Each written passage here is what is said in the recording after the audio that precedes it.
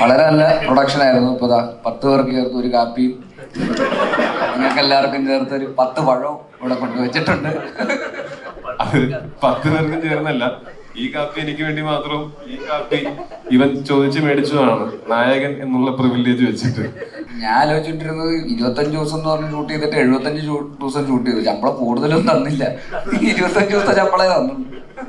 ഞാൻ ആലോചിച്ചിരുന്നത് നമ്മള് 40 ദിവസം എന്ന് വിചാരിച്ചിട്ട് 70 ദിവസം ഷൂട്ട് ചെയ്തു, എന്നിട്ട് ആരും ഇങ്ങോട്ടൊന്നും തന്നില്ല. അതിലും ബലാത്സംഗം പരിപാടി ഉണ്ടായിരുന്നു. അത് കഴിഞ്ഞ് 3 പടം അടുപ്പിച്ച് ഞാനായിരുന്നു. മൂന്നാമത്തെ സിനിമ എത്തിയിട്ട് അവർ വെച്ചു, ഇതിലും നിങ്ങളാണോ? അപ്പൊ ഞാൻ പറഞ്ഞു, ഇവിടെ ചിലപ്പോൾ അധികം ആൾക്കാർക്ക് ഇത് അറിയില്ലായിരിക്കാം, അതുകൊണ്ടാണ് നമുക്ക് പെട്ടെന്ന് അധികം ടേക്ക് പോവാതെ പെട്ടെന്ന് പണി തീർക്കാന്ന് പറഞ്ഞത്. ഒരു പഴം എടുത്തോ, ഒരു പഴം എടുത്തോ, ഫ്രീ.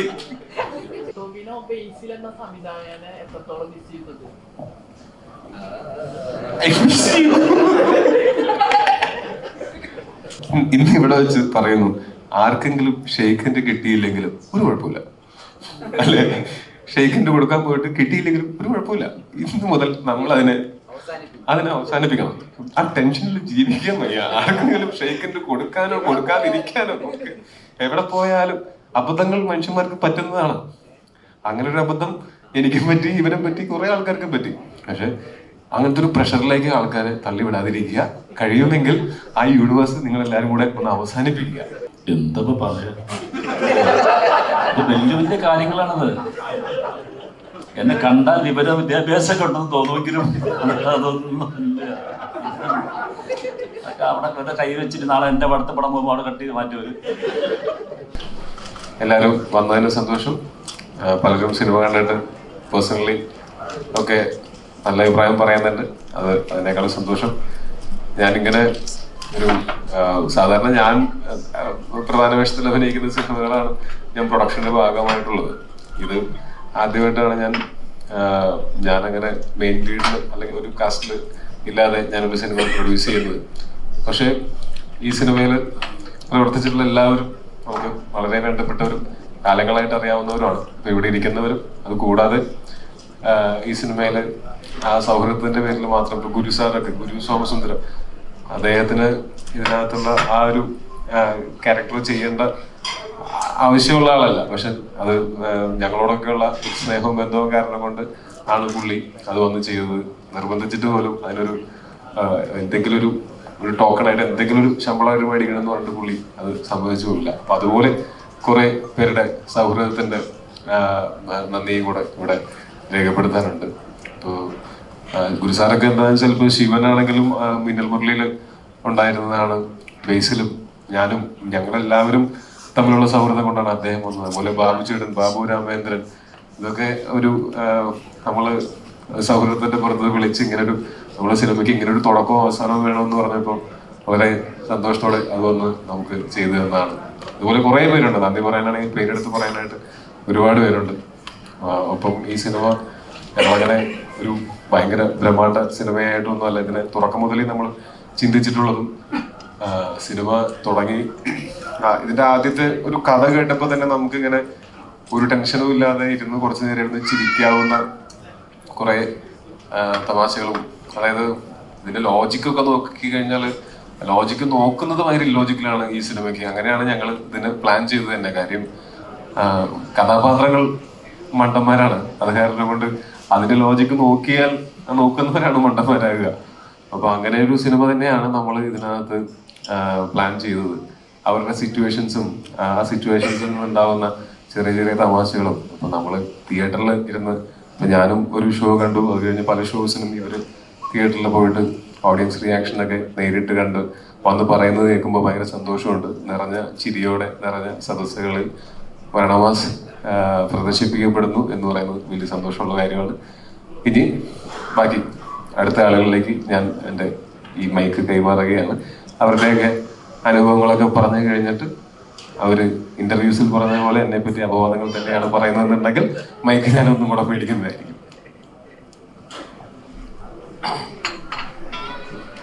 എല്ലാവർക്കും നമസ്കാരം. വളരെ നല്ല പ്രൊഡക്ഷൻ ആയിരുന്നു. ഇപ്പൊ 10 പേർക്ക് ചേർത്ത് ഒരു കാപ്പിയും നിങ്ങൾക്ക് എല്ലാവർക്കും ചേർത്ത് ഒരു 10 പഴവും ഇവിടെ കൊണ്ടുവച്ചിട്ടുണ്ട്. അത് 10 പേർക്കും ചേർന്നല്ല, ഈ കാപ്പി എനിക്ക് വേണ്ടി മാത്രം ഈ കാപ്പി ഇവൻ ചോദിച്ച് മേടിച്ചതാണ് നായകൻ എന്നുള്ള പ്രിവിലേജ് വെച്ചിട്ട്. അപ്പോ അവൻ അത് ഷെയർ ചെയ്യാത്തിടത്തോളം കാലം ഇവന് പരാതി പറയാൻ ആവശ്യമില്ല. ബിസ്ക്കറ്റ് ഉണ്ട്, ബിസ്ക്കറ്റ്.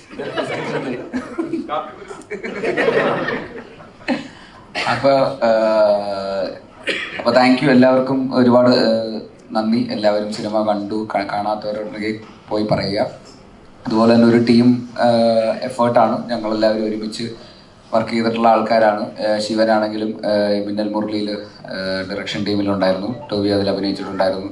അതിനു മുമ്പ് ശിവൻ്റെ ഷോർട്ട് ഫിലിംസ് ഒക്കെ ഞങ്ങൾക്ക് ഒരുമിച്ച് ഷോർട്ട് ഫിലിമൊക്കെ ചെയ്തിരുന്ന സമയത്തും പരിചയം ഉണ്ടായിരുന്നു. അപ്പൂപ്പത്താടി, മഞ്ഞാന എന്നൊക്കെ പറയുന്ന ശിവൻ്റെ ഷോർട്ട് ഫിലിംസ് ഒക്കെ നല്ല ഇൻട്രസ്റ്റിംഗ് ഷോർട്ട് ഫിലിംസ് ആയിരുന്നു ആ സമയത്ത്. അതുപോലെ രാജേഷും മിന്നൽ മുരളിയിൽ അഭിനയിച്ചിട്ടുണ്ട്.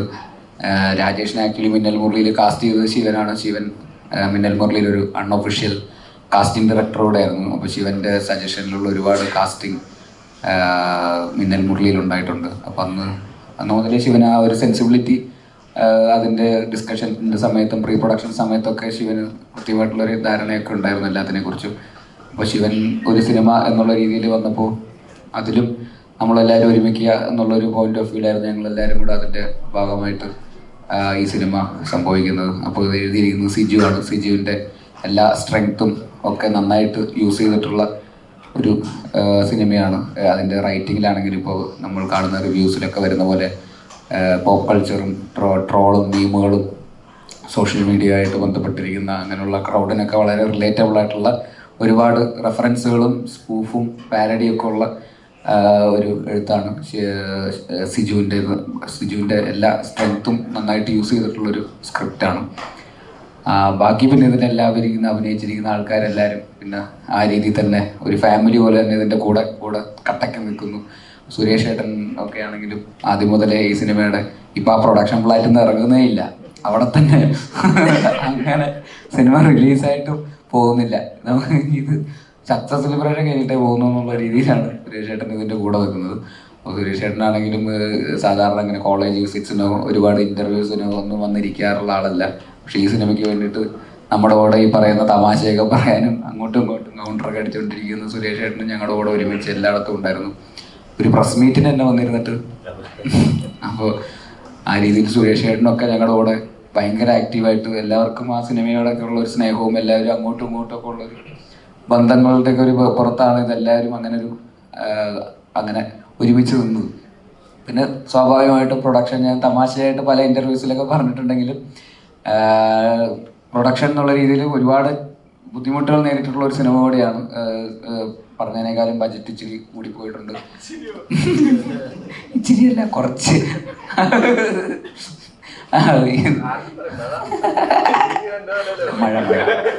മഴക്കാലം. അപ്പോൾ കുറേ ദിവസം എല്ലാ ദിവസവും മഴയായിരുന്നു ഷൂട്ടിംഗ് സെറ്റിൽ. പിന്നെ മഴ കാണാനൊക്കെ ആയിട്ട് ഞങ്ങളുടെ സെറ്റിലേക്ക് ആൾക്കാർ വരാൻ തുടങ്ങി. അങ്ങനെ ഈ സിനിമയുടെ ഷൂട്ട് എവിടെ ഉണ്ടോ അവിടെയൊക്കെ മഴയായിരിക്കും എന്നുള്ള രീതിയിലായിരുന്നു. രാമേശ്വരത്ത് നല്ല ഏത് മാസത്തായിരുന്നു? പൊരി വെയിലത്ത് അല്ല, ഏത് മാസം? പൊരി വെയിലത്തേക്ക് അവിടെ മഴ പെയ്യുന്നു. ഏത് മാസം? പൊരി വെയിലത്ത് രാമേശ്വരം ഭാഗത്ത് മാത്രമായിട്ട് ഞങ്ങൾ ഷൂട്ടിങ്ങിന് വന്നപ്പോൾ അവിടെയും മഴ പെയ്തു. അപ്പോഴും ഞങ്ങൾ ശിവൻ വിളിച്ചിട്ട് പറഞ്ഞു, ബ്രോ ഇവിടെയും മഴ പെയ്യണം. അവിടെയും മഴ. അതെ, അത് ഈ മരണമാസത്തിന്റെ സെറ്റിലായിരിക്കും. എന്തൊരു ഗതിയില്ലാത്തവന്മാരാടാന്നുള്ള രീതിയിലായിരുന്നു. എവിടെ പോയാലും മഴ. ഞങ്ങൾ അത് നൈറ്റായിരുന്നു, എല്ലാ ദിവസവും നൈറ്റ് ഷൂട്ടായിരുന്നു. ഫുൾ രാത്രി നടക്കുന്ന കഥയായതുകൊണ്ട് ഫുൾ നൈറ്റായിരുന്നു ഷൂട്ട്. രാത്രി മുതൽ രാവിലെ വരെ ഇരിക്കണം. ഈ രാത്രി ഉറക്കം വിളിച്ചിട്ട് 2 മണിക്ക് 3 മണിക്കൊക്കെ മഴയും നോക്കിയിരിക്കുക, ജോലിയും ചെയ്യാൻ പറ്റുന്നില്ല എന്നൊക്കെ പറയുന്നത് കുറച്ചധികം ബുദ്ധിമുട്ടുള്ളതായിരുന്നു. അത് പ്രൊഡ്യൂസറിനെ സംബന്ധിച്ചിടത്തോളം അതിലധികം വെറുതെ പൈസ പോയിക്കൊണ്ടിരിക്കുക. ഈ ലൈറ്റിംഗ് യൂണിറ്റും സെറ്റപ്പും ക്യാമറ ടീമും ക്രൂ എല്ലാവരും ഇവിടെ വന്നിട്ട് ജോലി എടുക്കാൻ പറ്റാതെ ഇരിക്കുന്നു. ഷൂട്ടിംഗ് ഡേയ്സ് കൂടുന്നു എന്നൊക്കെ പറയുമ്പോൾ അതിൻ്റേതായിട്ടുള്ള ബുദ്ധിമുട്ടുകൾ ഉണ്ടായിട്ടുണ്ട്. പക്ഷെ എന്നാൽ പോലും സിനിമയെ യാതൊരു വിധ കോംപ്രമൈസും ചെയ്യാതെ അതിൻ്റെ കൂടെ തന്നെ നിന്ന് അവസാനം വരെ അതിൻ്റെ കൂടെ തന്നെ അതിൻ്റെ ക്വാളിറ്റി 2 ക്യാമറ ഉണ്ട്, മൾട്ടി ക്യാമറൊക്കെ. അതൊക്കെ ഇപ്പം എല്ലാ പടത്തിലും ഉണ്ട്. എന്നാലും പറഞ്ഞേക്കാം. ക്യാമറ ഏതായിരുന്നു? സൂപ്പർ 35, വലിയ വെരി എക്സ്പെൻസീവ് ക്യാമറ. അത് 2 എണ്ണം. കൂക്ക് ലെൻസ് മേടിച്ചു. ഒരു ലെൻസ് മേടിക്കേണ്ടവരെ വന്നു. സാധാരണ അതൊക്കെ വാടക എടുക്കാറ്. സ്വന്തമായിട്ടൊരു ലെൻസ് മേടിച്ച പ്രൊഡ്യൂസറാണ്. അപ്പോൾ അത്തരത്തിൽ ഒരുപാട് എഫേർട്ട് അല്ലേ? ഇല്ല, സീരിയസ് ആയിട്ട് ഞാൻ പറഞ്ഞു വരുമ്പോൾ അല്ല, എനിക്കും ഇതൊക്കെ പറഞ്ഞു കേട്ടിട്ടുള്ള പരിചയമുള്ളൂ. ഞാനല്ല സ്പോട്ടിലുണ്ടായിരുന്നത്. നീ ഇതൊക്കെ എവിടെ നിന്ന് പഠിച്ചു എന്ന് ഞാൻ ഇങ്ങനെ ആലോചിക്കുകയായിരുന്നു. അപ്പൊ ആ രീതിയിൽ ഭയങ്കര നന്നായിട്ട് തന്നെ ഇതിന്റെ കൂടെ നിന്നിട്ടുണ്ട് കട്ടയ്ക്ക്. ടോയി എന്നുള്ളൊരു അവന്റെ ബ്രദറും ഉണ്ടായിരുന്നു, ടിങ്സ്റ്റൺ ചേട്ടനും ഗോകുലും. അവരൊക്കെയാണ് ഈ സിനിമ എക്സിക്യൂട്ട് ചെയ്തത്. അവർ തന്നെയാണ് ഈ സിനിമയുടെ ത്രൂ ഔട്ട് ഈ പ്രോസസ്സിന്റെ ഭാഗമായിട്ട് എല്ലാ രീതിയിലും ഇതിന്റെ കൂടെ നിന്നത്.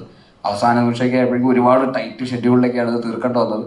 എന്നാൽ പോലും എല്ലാവരും കട്ടയ്ക്ക് കൂടെ നിന്ന് ഒരുമിച്ച് തന്നെ കംപ്ലീറ്റ് ചെയ്ത് ഇപ്പോൾ തിയേറ്ററിൽ ഇറങ്ങി എല്ലാവരുടെ അഭിപ്രായങ്ങൾ കിട്ടുന്നു. അപ്പോൾ ഈ കിടന്ന എഫേർട്ടും നമ്മൾ കാത്തിരുന്ന രാത്രികളും മഴ കണ്ടിരുന്ന രാത്രികളും ഇവരുടെ ഈ ടെൻഷൻ അനുഭവിച്ച ടെൻഷനും എല്ലാവരും ഈ അവസാന നിമിഷം ഡെഡ് ലൈൻസ് മീറ്റ് ചെയ്യാൻ വേണ്ടിയൊക്കെ ഓടി നടന്ന് കഷ്ടപ്പെട്ടതിനൊക്കെ ഇപ്പോൾ ഒരു റിവാർഡ് കിട്ടുന്നു, പേ ഓഫ് കിട്ടുന്നു എന്ന് പറയുന്നതിൽ ഒരുപാട് സന്തോഷം. അപ്പോൾ അഗെയിൻ ആത്മാർത്ഥമായിട്ട് ഇതിനെ സമീപിച്ചിട്ടുള്ളത് കൊണ്ട് തന്നെയുള്ള റിവാർഡുകളാണത്.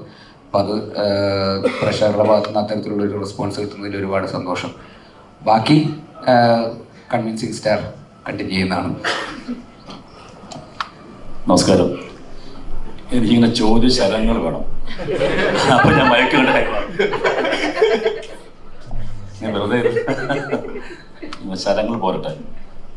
ഹൈദരാലി ഒളിഞ്ഞിരിക്കുന്നില്ല അവിടെ. സിനിമ കണ്ടവരാണോ നമ്മളൊക്കെ? ഇഷ്ടപ്പെട്ടോ? നിങ്ങളൊക്കെ പറയേണ്ടത്. നമ്മൾ ഇന്നലെ കുറേ തിയേറ്റർ വിസിറ്റിന് പോയിട്ടുണ്ടായിരുന്നു. ഏതാണ്ട് അരമണിക്കൂറോളം സിനിമയുടെ അവസാന ഭാഗം ഞങ്ങൾ തിയേറ്ററിൽ ഓഡിയൻസ് അറിയാതെ മാറിയിരുന്ന് ഇങ്ങനെ കണ്ടു. അപ്പോൾ നേരിട്ട് അവരുടെ ചിരിയും കയ്യടികളൊക്കെ ഞങ്ങൾ നേരിട്ട് കണ്ടതാണ്. പ്രായഭേദമന്യേ നല്ല മുതിർന്ന അമ്മച്ചിമാരും അപ്പന്മാരൊക്കെ ഇന്നലെ തിയേറ്ററിലുണ്ടായിരുന്നു. എല്ലാവരും വളരെയധികം എൻജോയ് ചെയ്തു. കുട്ടികളുണ്ടായിരുന്നു തിയേറ്ററിനകത്ത്. അപ്പോൾ ആ കാഴ്ചയൊക്കെ ഞങ്ങൾക്ക് വളരെയധികം, ഞങ്ങൾ പ്രതീക്ഷിച്ച ക്രൗഡ് ഇന്നലെ തിയേറ്ററിലുണ്ടായിരുന്നു. അവരുടെ റെസ്പോൺസ് നേരിട്ട് കണ്ട് അനുഭവിച്ച സന്തോഷം കൂടി ഞങ്ങൾക്കുണ്ട്. അത്രേ പറയാനുള്ളൂ. എന്താ അവർ പറഞ്ഞ വെച്ചാൽ ഇത് ലോജിക്ക് നോക്കിയിട്ട് ചെയ്യേണ്ട, ഇപ്പം ഇങ്ങനത്തെ കഥാപാത്രങ്ങളുണ്ടോ അല്ലെങ്കിൽ ഇങ്ങനത്തെ കഥയുണ്ടോ എന്നൊന്നും പറയാൻ പറ്റില്ല. പക്ഷെ ആ സിനിമ ഈ 2.25 മണിക്കൂർ 2:17 വളരെയധികം ആസ്വദിച്ച് ഞങ്ങൾ എൻജോയ് ചെയ്തു. നേരിട്ട് കേട്ടറിഞ്ഞ സന്തോഷത്തിലാണ് ഞങ്ങളെല്ലാവരും. സംവിധായകൻ എന്തൊക്കെയോ കുറേ പറയാനുണ്ട്. എനിക്ക് ചോദ്യശരങ്ങളില്ലാത്തതുകൊണ്ട്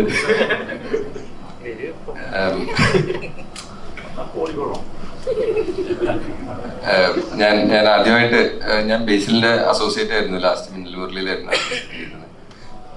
അതിന് മുമ്പ് പരസ്യങ്ങളായിരുന്നു ചെയ്തത്. പരസ്യങ്ങളും ഷോർട്ട് ഫിലിംസ് ഒക്കെ ചെയ്തിരുന്നു. അതിനുശേഷം ഞാൻ ഒരു സിജുവായിട്ട് ഒരു പരസ്യത്തിൽ വർക്ക് ചെയ്യുന്നതിൻ്റെ ഇടയിലാണ് നമ്മൾ ഒരു സിജു ഐഡിയ ഷെയർ ചെയ്യുന്നത്. അപ്പോൾ ഈ ഐഡിയ നമുക്ക് ഇൻട്രസ്റ്റിംഗ് ആയിട്ട് തോന്നി. അപ്പോൾ നമ്മളതിനൊരു ഏകദേശം ഒരു 1 ലൈൻ ആക്കിയിട്ട് ഇത് പ്രൊഡക്ഷൻ ആരെ മീറ്റ് ചെയ്യും എന്നൊക്കെ പറഞ്ഞ് ഭയങ്കര ടെൻഷനായിട്ട് ഒരു ദിവസം രാത്രി ഉറക്കമൊന്നുമില്ലാതെ 4 മണിക്ക് ഞാനൊരു കാര്യമില്ലാതെ അതിൻ്റെ 1 ലൈൻ ടോയ്ക്ക് അയച്ചു കൊടുത്തു. അതെന്തിനാ അയച്ചതെന്ന് എനിക്കറിയില്ല. അന്ന് പുള്ളിക്ക് പ്രൊഡക്ഷൻ പ്ലാനുകളൊന്നും ഇല്ല. അപ്പം ഞാൻ ഒന്ന് വായിച്ച് നോക്കാൻ വേണ്ടി അയച്ചു. പുള്ളി പറഞ്ഞു അമേരിക്കയിൽ യുഎസിലെവിടെയായിരുന്നു. അപ്പോൾ തിരിച്ചു വന്നിട്ട് നമുക്ക് കാണാം. അങ്ങനെയാണ് ഈ പ്രോജക്റ്റ് ഉണ്ടാവുന്നത്.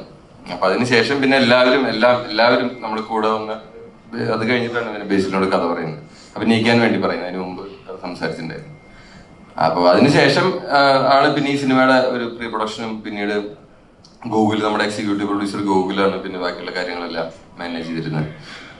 ടിൻസൺ ചേട്ടനാണ് നമ്മുടെ കൂടെ കട്ടയ്ക്ക് നിന്നിരുന്നത്. ഫുൾ പ്രൊഡക്ഷൻ പുള്ളിയാണ് ഹാൻഡിൽ ചെയ്തത്. എന്നെക്കാളും കൂടുതൽ സിനിമ കണ്ടിട്ടുള്ള ടിൻസൺ ചേട്ടനായിരിക്കും. അപ്പോൾ അങ്ങനെയൊക്കെ ആ സിനിമ ഇപ്പോൾ ഇവിടെ തിയേറ്ററിൽ ഇറങ്ങി, ഇന്നലെ ഇറങ്ങി. ഇന്ന് അത്യാവശ്യം നല്ല റെസ്പോൺസ് കിട്ടുന്നുണ്ട്. നല്ല ഹ്യൂമർ തിയേറ്ററുകളിൽ വർക്കാവുന്നുണ്ടെന്ന് അറിയുന്നുണ്ട്. അതിലും സന്തോഷമുണ്ട്. അപ്പോൾ ബാക്കി സംസാരിക്കാൻ വേദിയിലേക്ക് പ്രചണ്ഡ താരത്തിനെ ക്ഷണിച്ചോളൂ. അപ്പം ഇത് ആദ്യമായിട്ട് തിരക്കഥ എഴുതിയൊരു പരിപാടിയാണ്. അപ്പം ഞാൻ ശിവചേട്ടനോട് ഈ പരിപാടി പറയുന്നു, ഇതൊക്കെ ഇത്രയൊക്കെ ആവുന്നൊന്നും പ്രതീക്ഷിച്ചിരുന്നൊന്നുമില്ല. അത് ചോദിച്ചേട്ടൻ പ്രൊഡ്യൂസ് ചെയ്യുന്നു, ബേസിലേട്ടൻ. ഞാൻ എഴുതിയ സമയത്ത് ഞാൻ അതിനകത്തൊരു പ്രധാന റോൾ, വേറൊരാൾ മറ്റൊരു റോൾ, അങ്ങനെയൊക്കെ വിചാരിച്ചിരുന്ന് എഴുതിയതാണ്. പക്ഷെ അതിപ്പോൾ ഇവിടം വരെ എത്തി. ഇപ്പം സുരേഷ് ഏട്ടൻ പറഞ്ഞ പോലെ ഇന്നലെ നമ്മൾ തിയേറ്റർ വിസിറ്റ് നടത്തിയപ്പോൾ നമുക്ക് അതിൻ്റെ പൾസ് കിട്ടി. കാരണം ഇറങ്ങി വരുന്നതൊക്കെ നല്ല പ്രായമുള്ളവരും കൊച്ചു പിള്ളേരും ഒക്കെയാണ്. അപ്പോൾ അവരൊക്കെ ഭയങ്കര കയ്യടിയും ഓരോരോ ഓരോരോ ഡയലോഗുകളൊക്കെ പറയുന്നത് കേൾക്കുമ്പോൾ ഭയങ്കര സന്തോഷം. അതുപോലെ തന്നെ നമ്മുടെ ഫ്രണ്ട്സൊക്കെ പടം കണ്ടിട്ട്, ഇപ്പം ഞാൻ കല്യാണം കഴിച്ചിട്ടില്ല, അവരിപ്പോൾ കല്യാണം കഴിച്ചാൽ അവർക്ക് പിള്ളേരൊക്കെ ആയി. അപ്പോൾ പറയണം ഈ പിള്ളേരൊക്കെ തിയേറ്ററിൽ ഭയങ്കര ബഹളമാണ്, ഞങ്ങൾ പറയണമെന്ന് മിണ്ടായി ആൾക്ക്. കാരണം പിള്ളേർക്ക് ഇത് ഭയങ്കരമായിട്ട് എല്ലാ ക്യാരക്ടേഴ്സിനും ഒരു കാർട്ടൂണിക് സ്വഭാവം ഉള്ളതുകൊണ്ട് ഇപ്പോൾ ജോമോനെ കാണുമ്പോഴും പല ആൾക്കാരെ കാണുമ്പോഴും ഭയങ്കര ചിരി, ഇപ്പോൾ ബേസിലായിട്ടിൻ്റെ മുടി എല്ലാം കാണുമ്പോൾ ഭയങ്കര ചിരിയും. അപ്പോൾ പിള്ളേർക്കൊക്കെ ഭയങ്കരമായിട്ട് ഇത് വർക്കാവുന്നു. അത് കേൾക്കുമ്പോൾ ഭയങ്കര സന്തോഷം. ഇനി അങ്ങോട്ടുള്ള ദിവസങ്ങളിലും നിറഞ്ഞ സദസ്സുകളിൽ തന്നെ ഓടട്ടെ എന്ന പ്രതീക്ഷയാണ്. അപ്പം എല്ലാവരും കൂടെ തന്നെ ഉണ്ടാവണം. അടുത്താക്ക് കൊടുക്കുന്ന മൈക്ക്. എനിക്ക് ഒരുപാട് സന്തോഷമുണ്ട് മരണമാസിൻ്റെ ഒരു പാർട്ടാകാൻ പറ്റിയതിലും സിനിമയിൽ അഭിനയിക്കാൻ പറ്റിയതിലൊക്കെ. ഇപ്പം ആൾക്കാർ തിയേറ്ററിൽ നല്ല റെസ്പോൺസ് ഒക്കെ പറയുന്നുണ്ട്, എല്ലാവർക്കും ഇഷ്ടപ്പെടുന്നു എന്നൊക്കെ അറിയുമ്പം അതിനേക്കാളും ഒത്തിരി സന്തോഷമുണ്ട്. അപ്പം എല്ലാവരും തിയേറ്ററിൽ പോയിട്ട് പടം കാണണം. എല്ലാ പ്രായത്തിലുള്ള ആൾക്കാർക്കും ഇഷ്ടപ്പെടുന്ന തരത്തിലൊരു സിനിമയാണ് നമ്മൾ. അപ്പം താങ്ക് യു. ശിവന്റെ വർക്ക്സ് പണ്ടത്തെ ശ്രദ്ധിക്കാറുണ്ടായിരുന്നു. അപ്പോൾ ശിവൻ എന്തെങ്കിലും ഒരു പടം ചെയ്യുമ്പോൾ ശിവന്റെ പടത്തിൽ ഉണ്ടാവുമെന്ന് എനിക്കൊരു ആഗ്രഹം ഉണ്ടായിരുന്നു. അപ്പോൾ അങ്ങനെ മരണവാസിന്റെ പോസ്റ്റർ അനൗൺസ് ചെയ്ത സമയത്ത് സിജുവിനെ വിളിച്ച് ഞാൻ ചോദിച്ചു.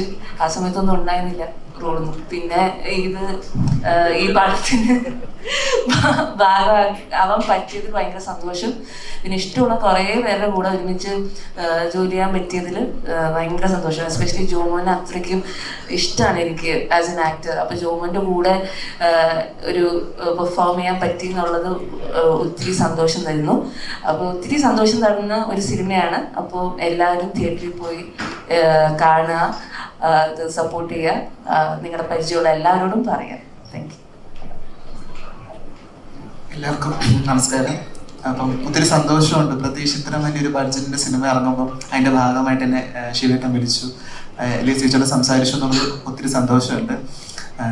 പിന്നെ ഇതുപോലെ ടോവിനോ ചേട്ടൻ ബേസിൽ ചേട്ടനൊക്കെ ഒരു കോമ്പിനേഷൻ ഉള്ളൊരു സിനിമയുടെ ഒരു പാർട്ടായിട്ട് വളരെ കുഞ്ഞു റോളാണ് ഞാൻ ചെയ്തത്. അതിൻ്റെയൊക്കെ ഭാഗമായിട്ട് പ്രത്യേകിച്ച് പ്രൊമോഷനൊക്കെ എന്നെ ഇൻവൈറ്റ് ചെയ്യുന്നത് കാണുമ്പോഴത്തേക്കും വലിയൊരു ചേർത്ത് പിടിക്കൽ തന്നെയാണ്. അതായത് ഈ സിനിമയുടെ അണിയുള്ള പ്രവർത്തകരോടും എത്ര നന്ദി പറഞ്ഞാലും തീരില്ല. അപ്പം എന്തായാലും എല്ലാവരും സിനിമ തിയേറ്ററിൽ പോയി കാണുക, സപ്പോർട്ട് ചെയ്യുക. Thank you. ഈ സിനിമ കണ്ടിപ്പോൾ നമ്മൾ ഇപ്പോൾ സമൂഹത്തിൽ നടക്കുന്ന കുറേ സംഭവങ്ങളുണ്ട്, സോഷ്യൽ മീഡിയയിൽ നടക്കുന്ന കുറേ സംഭവങ്ങളുണ്ട്. അത് നിങ്ങൾ പറഞ്ഞു വെച്ചിരിക്കുന്നത് അത് ആർക്കും ഫീൽ ചെയ്യാതെ, ആർക്കും അത് എന്നാൽ എല്ലാവർക്കും മനസ്സിലാവുകയും ചെയ്യും, അല്ലെങ്കിൽ വലിയ വിവാദങ്ങളിലേക്ക് പോകാൻ സാധ്യതയുണ്ട്. അത് മനഃപൂർവ്വമാണ് അങ്ങനെ ഒരു ക്രിയേറ്റ് ഉണ്ടാകുക. കാരണം ഇപ്പോഴത്തെ എല്ലാ ഇഷ്യൂസും പറഞ്ഞു പോകുന്ന രീതിയാണ് പറഞ്ഞത്. പക്ഷെ നമുക്ക് എന്റർടൈൻ ചെയ്ത് വളരെ ചിരിയോടുകൂടി കാണാനും പറ്റുന്നുണ്ട്. അത്തരം ഒരു രീതി കൈക്കൊള്ളാനുള്ള കാരണം എന്തായിരുന്നു? അല്ല, ഞാൻ ആ ഒരു സമൂഹത്തിലാണ് ജീവിക്കുന്നത്. അപ്പോൾ ആ സമൂഹത്തിലുള്ള കാര്യങ്ങൾ തന്നെ ആയിരിക്കും ഞാൻ സ്ക്രിപ്റ്റിനകത്തും എഴുതാൻ ശ്രമിച്ചിട്ടുള്ളത്. അത് കുറച്ച് കോമഡി, അതെൻ്റെ ഇഷ്ടമായിരുന്നു, കോമഡി ആയിരിക്കണം എന്നുള്ളത്. അപ്പോൾ അത് കോമഡിയിൽ കൂടെ തന്നെ പ്രസൻറ്റ് ചെയ്യുക എന്നുള്ളതായിരുന്നു അതിനുള്ള മേജറായിട്ടുള്ള കാര്യം. അത് ബാക്കി ആൾക്കാർക്ക് നമ്മൾ ആരെയും ഉപദ്രവിക്കാൻ വേണ്ടിയല്ല ഇത് ചെയ്തിരിക്കുന്നത്, നമ്മൾ ആരെയും കുറ്റപ്പെടുത്തുകയല്ല. ചില തെറ്റുകൾ എനിക്ക് തോന്നിയിട്ടുള്ളതിനെ കുറച്ച് കോമഡി ആയിട്ടാണ് പ്രസൻറ്റ് ചെയ്തിരിക്കുന്നത്. ആ തോന്നൽ ഇപ്പം സ്ക്രിപ്റ്റ് റൈറ്റർ തോന്നൽ ഉണ്ടായിട്ടുണ്ടല്ലോ, അങ്ങനെ ഒരു അനുഭവത്തിൽ നിന്നാണോ ഈ സ്ക്രിപ്റ്റ് ഉണ്ടാവുന്നത്? എല്ലാ അനുഭവങ്ങളാണല്ലോ നമുക്കല്ലെങ്കിൽ, എൻ്റെ അനുഭവം അല്ലെങ്കിൽ മറ്റൊരാൾക്കുള്ള അനുഭവങ്ങളൊക്കെ തന്നെയാണല്ലോ നമ്മൾ എഴുതുന്നത്. ഈ സിനിമയ്ക്കകത്ത് മുഴുവൻ സംഭവങ്ങൾ എൻ്റെ ജീവിതത്തിൽ ഉണ്ടാകണമെന്ന് എനിക്കൊരിക്കലും പറയാൻ പറ്റത്തില്ല. അതെൻ്റെ സുഹൃത്തുക്കൾക്ക് അല്ലെങ്കിൽ ഞാൻ കണ്ടുള്ള മറ്റു വ്യക്തികൾക്ക് ഉണ്ടായിട്ടുള്ള പല കാരണങ്ങളായിരിക്കാം ഞാൻ അത് ഉൾപ്പെടുത്തിയിട്ടുള്ളത്. പിന്നെ കോമഡി ഉള്ളതെന്നുള്ളത് അതിൻ്റെ ഒരു ഇതാണ്. അത്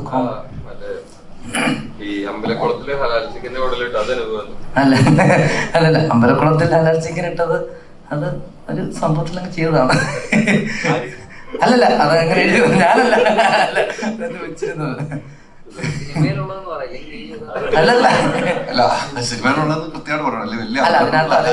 ഇല്ലില്ല, അത് കഴിയുമ്പോ തന്നെ പറഞ്ഞല്ലോ, ആഹാരത്തിനകത്ത് വരെ നമ്മൾ പറഞ്ഞത് അങ്ങനെയുള്ള രീതിയിലാണ് നമ്മളെ വളരെ ഇതായിട്ട് പറഞ്ഞു പോകുന്നത്. പക്ഷെ അതെന്ത് നമ്മൾ ഈ കോമഡി ആയിട്ട് പറയാനെങ്കിലും അതൊരു ചങ്കൂറ്റം എന്ന് പറയുന്നത് വലുത് തന്നെയാണ്. കാരണം അത്രയും സമൂഹത്തിൽ ചർച്ച ചെയ്യപ്പെടുന്ന ഒരു സബ്ജക്റ്റാണ് ഇതൊക്കെ. ആ ചങ്കൂറ്റം നിങ്ങൾ നല്ല രീതിയിൽ കോമഡിയിലൂടെ വർക്ക് ചെയ്തപ്പോൾ സമൂഹം ഏറ്റെടുക്കുകയാണ് ചെയ്തത്. ഒരു വിമർശനം പോലും ഉണ്ടാകാതെ അത് ഏറ്റെടുത്തു. അതിനാണ് ഈ മരണമാസ ടീമിന് വലിയൊരു ബിഗ് സല്യൂട്ട് ഞാൻ ആദ്യം നൽകുകയാണ്. കാരണം ആ രീതിക്ക് ആ സിനിമ ഏറ്റെടുത്തുന്ന കാര്യം സംശയമില്ല.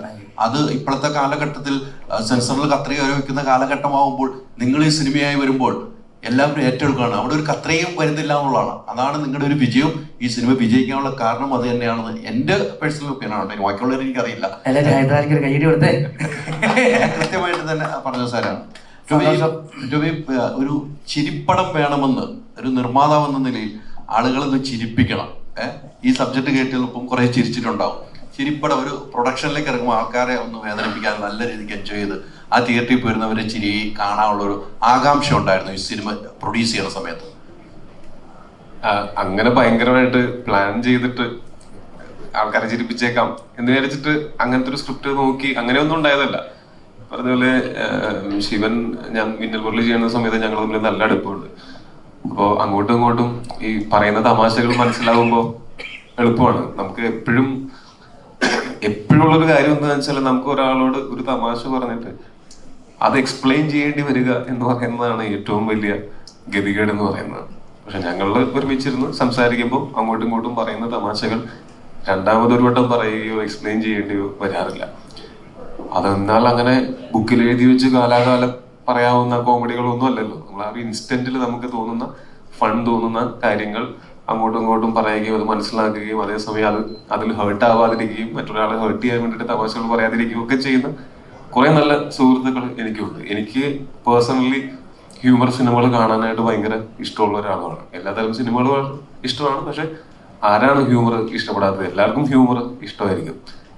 പിന്നെ അങ്ങനെ ഒരു പ്രത്യേകിച്ച് ആൾക്കാരെ ചിരിപ്പിച്ചേക്കാം അല്ലെങ്കിൽ കരയിപ്പിച്ചേക്കാം എന്ന് വിചാരിച്ചിട്ടല്ല ഒരു സിനിമയും നമ്മൾ പ്ലാൻ ചെയ്യുന്നത്.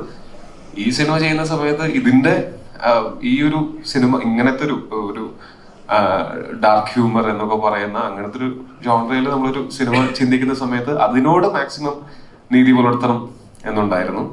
അതിന് പറ്റിയ ആൾക്കാർ തന്നെയാണ് ഈ സിനിമയിൽ വർക്ക് ചെയ്തിട്ടുള്ള എല്ലാവരും. ഇപ്പോൾ നേരത്തെ പറഞ്ഞ പോലെ നമ്മളെ പ്രൊഡക്ഷന്റെ ഫ്ലാറ്റിൽ എല്ലാവരും കൂടെ ഇപ്പോഴും ഇരിക്കുന്നുണ്ടെങ്കിൽ അങ്ങോട്ടും ഇങ്ങോട്ടും പറയുന്ന തമാശകൾ മനസ്സിലാവുന്നതുകൊണ്ടാണ്. അപ്പോൾ അത് ഈ സിനിമയ്ക്ക് എന്താ പറയാ, അങ്ങനെ ഭയങ്കരമായിട്ട് നമ്മൾ അവകാശവാദങ്ങളോ അങ്ങനെ ഒന്നും പറയാനില്ല. ചിരി വരുത്താം എന്നുള്ളത് മാത്രമേ നമ്മൾ മുമ്പും ചിന്തിച്ചിട്ടുണ്ടായിരുന്നുള്ളൂ. ഇപ്പൊ അതിൽ സക്സീഡ് ആവുന്ന സമയത്ത് ഞങ്ങളെല്ലാവരും ഭയങ്കര ഹാപ്പിയാണ്. നമ്മൾ ആഗ്രഹിച്ച പോലെ തന്നെ തിയേറ്ററുകളിൽ നിറഞ്ഞ ചിരി നമുക്ക് കൃത്യമായിട്ട് അറിയാം. മറ്റ് ഏതൊരു ഇമോഷനോ ആണെങ്കിൽ നമുക്ക് പിന്നീട് ആൾക്കാർ അഭിപ്രായം പറയുമ്പോഴേ നമുക്കത് മനസ്സിലാക്കാൻ പറ്റുള്ളൂ. പക്ഷെ ചിരി എന്ന് പറയുന്നത് നമുക്ക് പെട്ടെന്ന് നമുക്ക് തിയേറ്ററിൽ ഇരുന്നിട്ട് ഇൻസ്റ്റന്റ്ലി നമുക്ക് അതിന്റെ റിവാർഡ് കിട്ടുന്ന പോലെയാണ്. അത് വലിയ സന്തോഷമുള്ള കാര്യമാണ്. കഥ കേട്ട് കഴിഞ്ഞപ്പോ ഒരു വിഷയം ഇപ്പൊ അവിടെ ചോദിച്ച സ്ക്രിപ്റ്റ് തന്നെ, ആ സ്ക്രിപ്റ്റുമായിട്ട് ബന്ധപ്പെട്ട് തന്നെ ഈ വിഷയങ്ങൾ കൈകാര്യം ചെയ്യുമ്പോൾ നിർമ്മാതാവെന്ന നിലയിൽ ഭയപ്പാടുണ്ടായിരുന്നു? അല്ല, അത് തമാശയൊക്കെ ആയിട്ട് ഞങ്ങൾ പറയായിരുന്നു. സീരിയൽ കില്ലേഴ്സിനെ ഈ സിനിമയിൽ കുറെ കളിയാക്കുന്നുണ്ട്. നാളെ സീരിയൽ കില്ലർമാരെല്ലാം കൂടെ പ്രൊട്ടസ്റ്റ് ചെയ്ത് വരുമോ എന്നുള്ളതൊക്കെ അങ്ങനെയൊക്കെ ഞങ്ങൾ തമാശയായിട്ട് അങ്ങോട്ടും ഇങ്ങോട്ടും പറഞ്ഞിട്ടുണ്ടെന്നല്ലാതെ ഒരു തമാശയിലൊന്നും ഒഫൻഡഡ് ആവേണ്ട കാര്യം ഇല്ലെന്നാണ് എനിക്ക് തോന്നുന്നത്. അത് നമ്മളെല്ലാത്തിലും ഭയങ്കര സെൻസിറ്റീവായി കഴിഞ്ഞാൽ തമാശകൾ പറയാൻ പറ്റില്ല.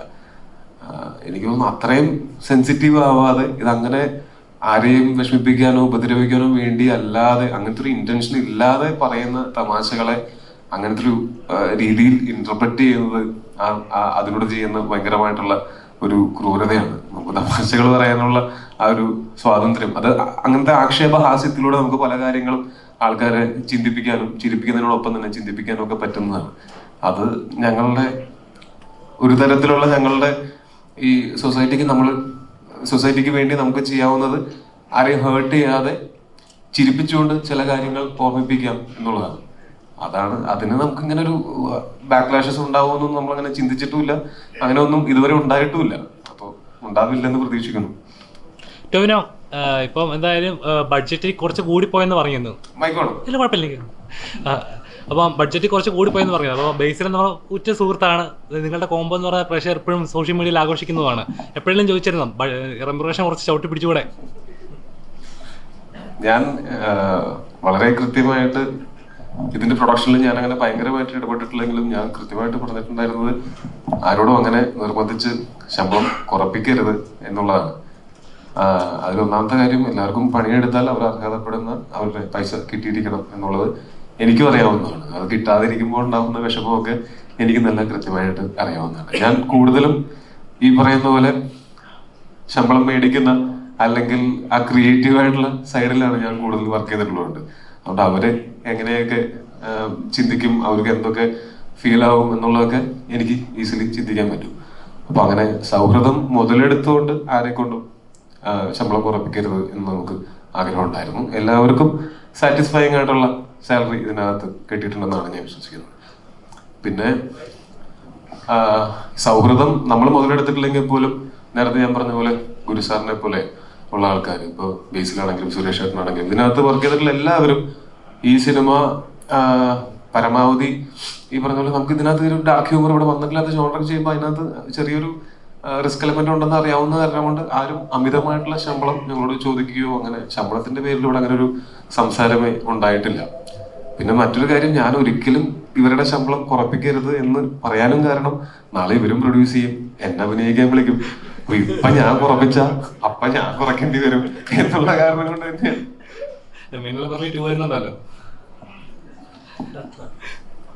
ഞാൻ ആലോചിച്ചിട്ടിരുന്നത് 25 ദിവസം എന്ന് പറഞ്ഞ് ഷൂട്ട് ചെയ്തിട്ട് 75 ദിവസം ഷൂട്ട് ചെയ്തു. ശമ്പളം കൂടുതലൊന്നും തന്നില്ല, 25 ദിവസത്തെ ശമ്പളേ തന്നു. ഞാൻ ആലോചിച്ചിരുന്നത് നമ്മള് 40 ദിവസം എന്ന് വിചാരിച്ചിട്ട് 70 ദിവസം ഷൂട്ട് ചെയ്തു, എന്നിട്ട് ആരും ഇങ്ങോട്ടൊന്നും തന്നില്ല.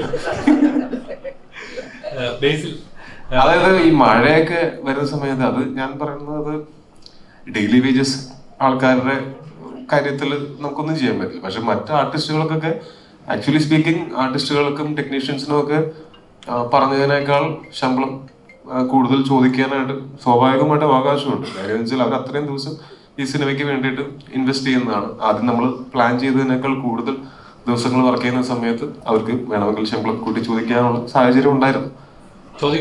അത് ചോദിച്ചില്ല, അല്ല അത് ചോദിച്ചില്ല, അത് ഞാൻ പറയാൻ ചോദിക്കാനുള്ള പക്ഷെ അവിടെയാണ് ഇവരെല്ലാവരും ഈ മഴ നോക്കിയിരുന്നത്, മഴ മാറുന്നത് നോക്കിയിരുന്നപ്പോ ഇവർക്കും അറിയാം ഇതങ്ങനെ എല്ലാവരും അവനവന്റെ കാര്യം എന്ന് ചിന്തിച്ചു കഴിഞ്ഞാൽ ഈ സിനിമയുടെ ബഡ്ജറ്റ് ഇവിടുത്തെ ഏറ്റവും വലിയ കളക്ഷൻ കിട്ടിയ കളക്ഷനേക്കാൾ മുകളിലേക്ക് പോകും. പക്ഷെ എല്ലാവരും സഹകരിച്ചുകൊണ്ടാണ് നമ്മളെ ഇൻഡസ്ട്രിയിൽ നിന്നുകൊണ്ട് നമുക്ക് ഇങ്ങനത്തെ സിനിമകൾ ചെയ്യാൻ പറ്റുന്നത്. അല്ലെങ്കിൽ നമുക്കൊരു ഇങ്ങനത്തെ പരീക്ഷണങ്ങൾ ചെയ്യാനായിട്ട് ഭയങ്കര പേടിയായി പോകും. നമ്മൾ ഒരു അച്ചിൽ വാർത്ത പോലത്തെ സിനിമകൾ മാത്രം ചെയ്തുകൊണ്ടിരിക്കേണ്ടി വരും. നമുക്ക് പ്രോഫിറ്റ് ഇത്രയും വരും എന്ന് പ്രതീക്ഷിച്ച് അങ്ങനെ മാത്രം ചെയ്യേണ്ടി വരും. അതിൽ നിന്നും മാറി എന്തെങ്കിലും ഔട്ട് ഓഫ് ദ ബോക്സ് ആയിട്ട് ചെറിയ രീതിയിലെങ്കിലും ചെയ്യണമെങ്കിൽ അത് ഒരാളെ കൊണ്ട് ഒറ്റയ്ക്ക് ചെയ്യാൻ പറ്റില്ല. അത് എല്ലാവരുടെയും സഹകരണം അതിനകത്ത് ഭയങ്കര ആവശ്യമാണ്. ബേസിൽ ഇപ്പൊ എന്തായാലും മരണമാസം ഇപ്പൊ കൊലമാസമായിട്ട് പ്രേക്ഷകനെ ഏറ്റെടുത്ത് തിയേറ്ററിൽ ആവാടിക്കൊണ്ടിരിക്കുകയാണ്. അപ്പം ശരിക്കും പറഞ്ഞാൽ ചില കഥാപാത്രങ്ങൾ നമുക്ക് കിട്ടുമ്പോൾ നമുക്ക് കിട്ടുന്ന ഒരു ഫ്രീഡം ഉണ്ട്, എന്ത് വേണമെങ്കിലും ചെയ്യാൻ പറ്റുന്ന, അല്ലെങ്കിൽ നമുക്ക് നമ്മളായിട്ട് തന്നെ എൻജോയ് ചെയ്യാൻ പറ്റുന്ന ചിലൊരു ഫ്രീഡം ഉണ്ട്. ഇതിലെ കഥാപാത്രം ബേസിൽ അതുപോലത്തെ കഥാപാത്രമായിരുന്നു? ഇല്ല, ഇത് കുറച്ചുകൂടെ എക്സാജറേറ്റഡ്, അപ്പൊ കുറച്ചുകൂടെ പാടായിരുന്നു. അത് ഇച്ചിരിയോടെ കുറവായിരുന്നു, ഈ കുഴപ്പമില്ലായിരുന്നു. ഇതെല്ലാം കുറച്ച് പുഷിയാണല്ലോ, ഇങ്ങനെയൊക്കെ കാണിച്ചുകൊണ്ടിരിക്കുന്നില്ല. അപ്പൊ അതിൻ്റെതായിട്ടുള്ള ഒരു എക്സാജറേഷൻ്റെതായിട്ടുള്ള ഒരു പ്രഷർ ഉണ്ടായിരുന്നു. ആള് ഭയങ്കര മൊത്തത്തിൽ പോലീസ് സ്റ്റേഷനൊക്കെ OLX വിൽക്കാനിട്ടിരിക്കുന്ന ഒരുത്തെന്നൊക്കെ പറയുമ്പോൾ ഞാൻ അങ്ങനെ ഒരാൾ ഇതുവരെ കണ്ടിട്ടില്ല, സിജുവിനല്ലാതെ. അപ്പൊ എനിക്കതുകൊണ്ട് അതിപ്പോ എങ്ങനെയായിരിക്കും അങ്ങനെ.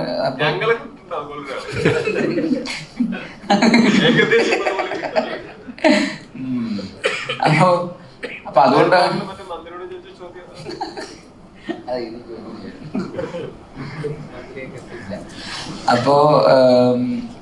അപ്പൊ അതുകൊണ്ട് അങ്ങനെ ഭയങ്കര കംഫർട്ട് സോണിലുള്ള ഒരു ക്യാരക്ടർ ആയിരുന്നില്ല, കുറച്ചുകൂടെ. പക്ഷെ രസമായിരുന്നു ചെയ്യാൻ. ഈ പറയുന്ന നമുക്ക് എന്തും വൈൽഡായിട്ടൊക്കെ ചെയ്യാം. ഈ പറയുന്ന മറ്റേ തുടക്കത്തിലൊക്കെ ഉള്ള ആൾക്കാരൊക്കെ ഇങ്ങനെ നിൽക്കുമ്പോൾ ഇങ്ങനെ ചെവിയോ ആൾക്കാരുടെ ആരവും ഇങ്ങനെയൊക്കെ കേൾക്കുന്നു പറയണ പോലെ അങ്ങനെയൊക്കെ കുറച്ച് വൈൽഡായിട്ടൊക്കെ ചെയ്യാനുള്ള ഒരു ഓപ്പർച്യൂണിറ്റി ഉണ്ടായിരുന്നു. ട്രെയിലർ കണ്ടപ്പോൾ ചേട്ടന്റെ കഥാപാത്രം അങ്ങനെ ആയിരിക്കും, ഏത് ലെവലായിരിക്കും എന്നുള്ള ഗ്രാഫ് സോഷ്യൽ മീഡിയയിൽ ഉണ്ടായിരുന്നു. ശരിക്കും പറയാൻ ഓഡിയൻസിന്റെ റിയാക്ഷൻസ് കാണുന്നുണ്ടായിരുന്നു. പ്രതീക്ഷിച്ച റിസൾട്ട് തന്നെയാണ് ഓഡിയൻസിന് കിട്ടിയത്? അതിലും അധികം ഉണ്ടായിരുന്നു. നമ്മൾ എവിടെയൊക്കെ ഉദ്ദേശിച്ചിട്ടുണ്ടോ അവിടെ നല്ല കൈയടിയും ചിരികളും. നമ്മൾ സീൻ ചെയ്യുമ്പോൾ തന്നെ നമുക്ക് ഒരു കോൺഫിഡൻസ് ഉണ്ട്. ഇപ്പോൾ സിജു എഴുതി വെച്ചിട്ടുള്ളതിനകത്ത് തന്നെ ഒരു ഹ്യൂമറുണ്ട്, ഓൾറെഡി ഒരു ഹ്യൂമറുണ്ട്. പിന്നെ ഞങ്ങൾ ചെയ്തിട്ടുള്ള എല്ലാ സീൻസും ഞങ്ങൾ ലൊക്കേഷനിൽ ഇംപ്രവൈസ് ചെയ്യുന്നുണ്ട്. അപ്പോൾ അതിനകത്ത് വേറെ യാതൊരു തരം ഈഗോയും കാര്യങ്ങളൊന്നും ഇല്ലായിരുന്നു. ഇതിനകത്ത് ഇയാൾക്ക് ഡയലോഗ് കൂടുന്നു, അല്ലെങ്കിൽ അയാൾക്ക് ഡയലോഗ് കൂടുന്നു, അല്ലെങ്കിൽ അയാൾക്ക് ചിരി കിട്ടും, അങ്ങനല്ല. ഇപ്പോൾ എൻ്റെ പല സീനിലൊക്കെ തന്നെ ബേസിലും ഒക്കെ തന്നെ വന്ന് ഇൻവോൾവ് ചെയ്ത് നമുക്ക് ഈ ഡയലോഗ് പറയാം, ഇങ്ങനെ കയറ്റാൻ പറ്റും, കൗണ്ടർ ഇങ്ങനെ പറയാം എന്ന് പറഞ്ഞിട്ടുള്ളൊരു കൊടുക്കൽ വാങ്ങൽ സംഗതി ഞങ്ങളുടെ ഈ ടീമിനകത്ത് എല്ലാ സീനിലും ഉണ്ടായിരുന്നു. അതിൻ്റെ കൂടെ ഒക്കെ ഒരു ഗുണം നമുക്ക് ആ സിനിമയിൽ കാണുന്നുണ്ട്. അല്ല വെറുതെ എഴുതി വെച്ചത് മാത്രം ചെയ്യാനല്ല. അപ്പോൾ അതിന് സ്വാതന്ത്ര്യം ഡയറക്ടറും തന്നിട്ടുണ്ട്, റൈറ്ററും തന്നിട്ടുണ്ട്. അപ്പോൾ അതുകൊണ്ട് തന്നെ കുറേ സീൻസ് ഞങ്ങൾക്ക് നല്ലപോലെ ഇംപ്രവൈസ് ചെയ്യാൻ പറ്റി. അപ്പോൾ ആ ചിരിയും കയ്യടികളൊക്കെ തന്നെ തിയേറ്ററിൽ കിട്ടുന്നുണ്ട്. സുരേഷേട്ടൻ ഒരു സീനിയർ ആക്ടറുണ്ട്, ഒരുപാട് എക്സ്പീരിയൻസ് ഉള്ള ഒരാളാണ് താങ്കൾ. അപ്പം ശരിക്കും പറഞ്ഞാൽ സർക്കാസം എന്ന് പറയുന്നത് വലിയൊരു പണ്ട് തൊട്ടേ നമ്മൾ കണ്ടുവരുന്ന, അതായത് ധൈര്യമായിട്ട് നമുക്ക് പറയാം, അത് കേൾക്കുന്ന ആളും ആ എഴുത്തിനെ അക്സെപ്റ്റ് ചെയ്യും എന്നൊരു വിശ്വാസം വരും. പക്ഷെ ഇന്നത്തെ ഒരു കാലത്ത് ഒന്നും മിണ്ടിയാൽ പോലും അത് എന്തായിരിക്കും ചിന്തിക്കുന്നത്, വേദനിപ്പിക്കുമോ, അയാൾ അത് തിരിച്ചെങ്ങനെയായിരിക്കും എടുക്കുന്നത് ചിന്തിച്ചിട്ട് വേണം നമ്മൾ എഴുതാനായിട്ട്. ശരിക്കും ഇങ്ങനെ സബ്ജക്ട് കേട്ട സമയത്ത് എങ്ങനെ തോന്നിയിരുന്നോ, ഇതെങ്ങനെ ആളുകൾ എടുക്കും, വർക്കൗട്ട് ആവുമോ, നെഗറ്റീവായിട്ട്? ഇപ്പൊ ആരെയും വേദനിപ്പിക്കുന്ന സംഭവങ്ങളൊന്നും തന്നെ ഇതിൽ ഉണ്ടായിട്ടില്ല, എവിടെയും ഒരു സ്ഥലത്ത് പോലും ഉണ്ടായിട്ടില്ല. നമ്മൾ അങ്ങനെ ആരും വേദനിപ്പിക്കാൻ ഉദ്ദേശിച്ചിട്ടുമില്ല. ഇതൊരു എന്റർടൈനർ അത്രയേ ഉള്ളൂ. ഫൈറ്റിന്റെ ഇടയിൽ ബേസിൽ കുറച്ച് ഇടി കിട്ടിയപ്പോഴാണ് ശരിക്കും വേദനിച്ചത് നമുക്ക്. അല്ലാതെ സിനിമയിൽ സ്ക്രിപ്റ്റിലൂടെ നമ്മൾ ആരെയും വേദനിപ്പിക്കാനോ അല്ലെങ്കിൽ അങ്ങനത്തെ സബ്ജക്റ്റ് അല്ലല്ലോ ഇത്. ഇങ്ങനെ കുറെ ഉണ്ടാക്കി വെച്ചിട്ടുള്ള ഒരു കാർട്ടൂൺ ക്യാരക്ടേഴ്സ് ആണ്, അത്രയേ ഉള്ളൂ. സോഷ്യൽ മീഡിയയില് കൺവിൻസി സ്റ്റാർ എന്ന് പറഞ്ഞിട്ട് ഒത്തിരി വൈറലായിരുന്നു. അതിനുശേഷം ഇങ്ങനെ ഒരു കോമഡി റോളിലേക്ക് മറ്റുള്ള ഡയറക്ടേഴ്സ് വിളിക്കാൻ അതൊരു കാരണമായിട്ടുണ്ടോ? അതിന് മുമ്പ് അതായത് ഈ സിനിമയുടെ പ്രൊമോഷൻ ഉപയോഗിക്കാൻ വേണ്ടിയിട്ട് ഞങ്ങൾ ഈ സെറ്റ് ഞങ്ങൾ പ്ലാൻ ചെയ്ത ഞങ്ങളുടെ പ്രൊപ്പഗാൻഡയാണ്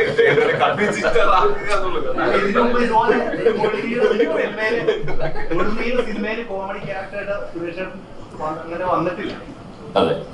അത് ഈ സിനിമയിൽ അത് ഉപകാരപ്പെട്ടുണ്ടോന്നാണ്. ഇല്ല, എനിക്കതിന്റെ തുടക്കം എനിക്കിപ്പോഴും ഞാൻ പറഞ്ഞു, ഇതിൽ ഒരു ബസ് കണ്ടക്ടർ, ബസ് ഡ്രൈവറുടെ ഒരു വേഷമാണ്. എന്നെ കണ്ടിട്ട് വേറൊരാളിങ്ങനെ ഒരു ബസ് ഡ്രൈവറുടെ വേഷത്തിൽ വിളിക്കുന്ന എനിക്ക് തോന്നുന്നില്ല. ഞാൻ ആലോചിച്ചപ്പോൾ എനിക്ക് തോന്നുന്നത് ഞങ്ങൾ നടികർ എന്ന ഒരു സിനിമയിലായിരുന്നു ഞാൻ ടോവിയൊക്കെ കൂടുതൽ അടുക്കുന്ന ഒരു സമയം. അപ്പോൾ ടോവിയാണ് ഇതിന്റെ പ്രൊഡ്യൂസർ. ചിലപ്പോൾ അങ്ങനെ ഒരു ക്യാരക്ടർ ലിസ്റ്റ് വന്നപ്പോഴത്തേക്കും ചിലപ്പോൾ ഒരു സജഷൻ പറഞ്ഞിട്ടുണ്ടായിരിക്കണം, അതിനെ സംവിധായകനും ഓക്കെ പറഞ്ഞിട്ടുണ്ടായിരിക്കണം, അങ്ങനെയായിരിക്കും. അല്ലാതെ ഇപ്പോൾ അതായത് സുരേഷ് ചേട്ടനെ ഞാനും പേഴ്സണലി പരിചയപ്പെടുന്ന ഒരു 2 കൊല്ലമൊക്കെ ആയിട്ടുള്ളൂ ഞങ്ങൾ തമ്മിൽ പേഴ്സണലി ഒരുമിച്ച് അത്രയും സമയം ചെലവഴിച്ചിട്ടൊക്കെ. ഈ നടികറിനും കുറച്ചു മുമ്പ് നമ്മൾ അങ്ങനെ ആണ് ഞങ്ങൾ പരിചയപ്പെട്ടതും സമയം സ്പെൻഡ് ഒക്കെ ചെയ്തിട്ടുള്ളത്. അപ്പൊ എനിക്ക് പേഴ്സണലി എന്റെ എക്സ്പീരിയൻസ് എന്ന് വെച്ചാൽ നമ്മൾ ഈ സിനിമയിൽ കാണുന്ന സുരേഷ് ചേട്ടനെ അല്ല, അല്ലെങ്കിൽ സുരേഷ് ചേട്ടനെ അങ്ങനെ ഒരു സ്റ്റീരിയോ ടൈപ്പ് ചെയ്തിട്ടുണ്ടെന്ന് തോന്നുന്നു പലപ്പോഴും. ഈ പറഞ്ഞ പോലെ കൺവിൻസിങ് സ്റ്റാർ എന്ന് പറഞ്ഞിട്ടും അല്ലെങ്കിൽ എന്തെങ്കിലും വില്ലൻ വേഷങ്ങളിലോ ചതിക്കുന്ന ആളായിട്ടോ അങ്ങനെയൊക്കെ കുറെ നമ്മൾ കണ്ടിട്ടുണ്ട്. പക്ഷെ നേർ വിപരീതമാണ് പുള്ളി. ശരിക്കും ഒരുമിച്ച് നമ്മൾ സംസാരിക്കുന്ന സമയത്ത് അങ്ങനത്തെ ഒരു സീരിയസ് ആയിട്ടുള്ള ഒരാളോ അങ്ങനത്തെ ആളും അല്ല. നമുക്ക് എല്ലാവർക്കും കൂടുതൽ സമയം സ്പെൻഡ് ചെയ്യാനായിട്ട് ഭയങ്കര ഇഷ്ടമുള്ള ആളാണ് സുരേഷ് ചേട്ടൻ. തങ്കക്കുടവാണെന്നാണ് ഞങ്ങൾ അങ്ങോട്ടും ഇങ്ങോട്ടും സുരേഷ് ചേട്ടനെ പറ്റി പറയുമ്പോൾ പുക്കിയാണ്. അത് ഒരാളോട് നമുക്ക് അങ്ങനെ ഒരു ഇഷ്ടം തോന്നുന്നത് വെച്ചാൽ അവരോട് സമയം സ്പെൻഡ് ചെയ്യുമ്പോൾ ഒരു നെഗറ്റിവിറ്റിക്കും അവിടെ യാതൊരു സ്ഥാനവുമില്ല. ഇതുവരെ സുരേഷ് ചേട്ടൻ ആരെയെങ്കിലും പറ്റി മോശപ്പെട്ട കാര്യങ്ങൾ പറയുന്നതോ ആരെയെങ്കിലും കുറ്റം പറയുന്നതോ അങ്ങനത്തെ ഒരു രീതിയിലുള്ളൊരു വികാരഭരിതമായിട്ട് അങ്ങനെ സംസാരിക്കുന്നതോ ഒന്നും ഞാൻ കണ്ടിട്ടില്ല. എല്ലാ കാര്യങ്ങളെയും ഭയങ്കര ലൈറ്റ് ആയിട്ടും അതിന്റെ ഒരു ഹ്യൂമർ സൈഡിൽ വരുന്നത്. അതിപ്പോ ഏത് പ്രായത്തിലുള്ള ആൾക്കാരുടെ കൂടെ വേണമെങ്കിലും ഇരുന്ന് ചില്ല് ചെയ്യാവുന്ന പോലത്തെ അങ്ങനത്തെ ഒരു ആളാണ് സുരേഷ് ചേട്ടൻ. പക്ഷെ ആ ഒരു സുരേഷ് ചേട്ടന്റെ ആ ഒരു സൈഡ് ഇത്രയും കാലമായിട്ടും എന്തുകൊണ്ടാണ് എക്സ്പ്ലോർ ചെയ്യപ്പെടാത്തത് എന്നുള്ളതാണ് ഞാൻ പുള്ളിനെ പരിചയപ്പെട്ടപ്പോൾ മുതൽ ചിന്തിച്ചിട്ടുള്ളത്. നടികർ ചെയ്യുന്ന സമയത്തും ഞങ്ങൾ ചിന്തിച്ചിട്ടുള്ളത് എന്തുകൊണ്ട് ഇത്രയും കാലമായിട്ടും അത് എക്സ്പ്ലോർ ചെയ്യപ്പെട്ടിട്ടില്ല എന്നുള്ളതാണ്. അപ്പൊ ഈ ക്യാരക്ടറിന് ജിക്കു എന്ന് പറയുന്നത് റൊപ്പിന്ന് ഇറക്കിയിട്ട് വേണം അത് എക്സ്പ്ലോർ ചെയ്യാനായിട്ട്. അപ്പൊ ജിക്കു എന്നുള്ളൊരു ക്യാരക്ടർ വന്നപ്പോ അതിൽ സുരേഷ് ചേട്ടൻ എന്നുള്ളൊരു ഓപ്ഷൻ വന്നപ്പോ നമുക്ക് ആർക്കും അതിനകത്ത് യാതൊരു ഡൗട്ടും ഉണ്ടായിരുന്നില്ല. ഒരു പ്രൊഡ്യൂസർ എന്ന നിലച്ചിരിക്കുകയാണ്. അപ്പൊ ഒരു പ്രൊഡ്യൂസർ ആകുമ്പോൾ ഒരു സിനിമയിലെ എല്ലാ ഭാഗങ്ങളും നോക്കണമല്ലോ. അപ്പൊ എവിടെ നിന്നൊക്കെ ഒരു കാരണം നേട്ടങ്ങളെക്കാൾ എവിടെ നിന്നൊക്കെ അടി വരുന്നതായിരിക്കും ആദ്യം ചിന്തിക്കുന്നത്. അപ്പം ഇതിനകത്ത് നാഗസൈന്ദ്രയുടെ ഒരു ഫോട്ടോ കാണിച്ചിട്ടുണ്ട്. കാരണം കഴിഞ്ഞിടെ തന്നെ ഒപ്പം സിനിമയിൽ നടന്ന ഇഷ്യൂസ് അറിയാലോ. അപ്പം അതിനെ പെർമിഷൻ എടുത്തിട്ടുണ്ടായിരുന്നോ? പെർമിഷൻ എടുക്കാതെ എങ്ങനെയാണ് അവരുടെ ശബ്ദം ഈ സിനിമയിൽ വരുന്നത്? അത് അവര് തന്നെ നമുക്ക് സിജു ചെന്ന് കഥ പറഞ്ഞ് മനസ്സിലാക്കി അവരുടെ അനുവാദത്തോടെ തന്നെയാണ് നമ്മൾ ഈ സിനിമയിലെ ഫോട്ടോ ഉപയോഗിച്ചിട്ടുള്ളതും അതിനകത്തുള്ള ആ ശബ്ദം കേൾക്കുന്നത്. അത് അവര് തന്നെ ഡബ് ചെയ്തിരിക്കുന്നതാണ്. വളരെ അല്ലേ? ചോദിക്കാൻ പറ്റില്ല. ഇതേ ആള് തന്നെ നേരത്തെ ഒരു പടം കണ്ടായിരുന്നോ? സത്യം പറ. ഞാൻ കണ്ടില്ല.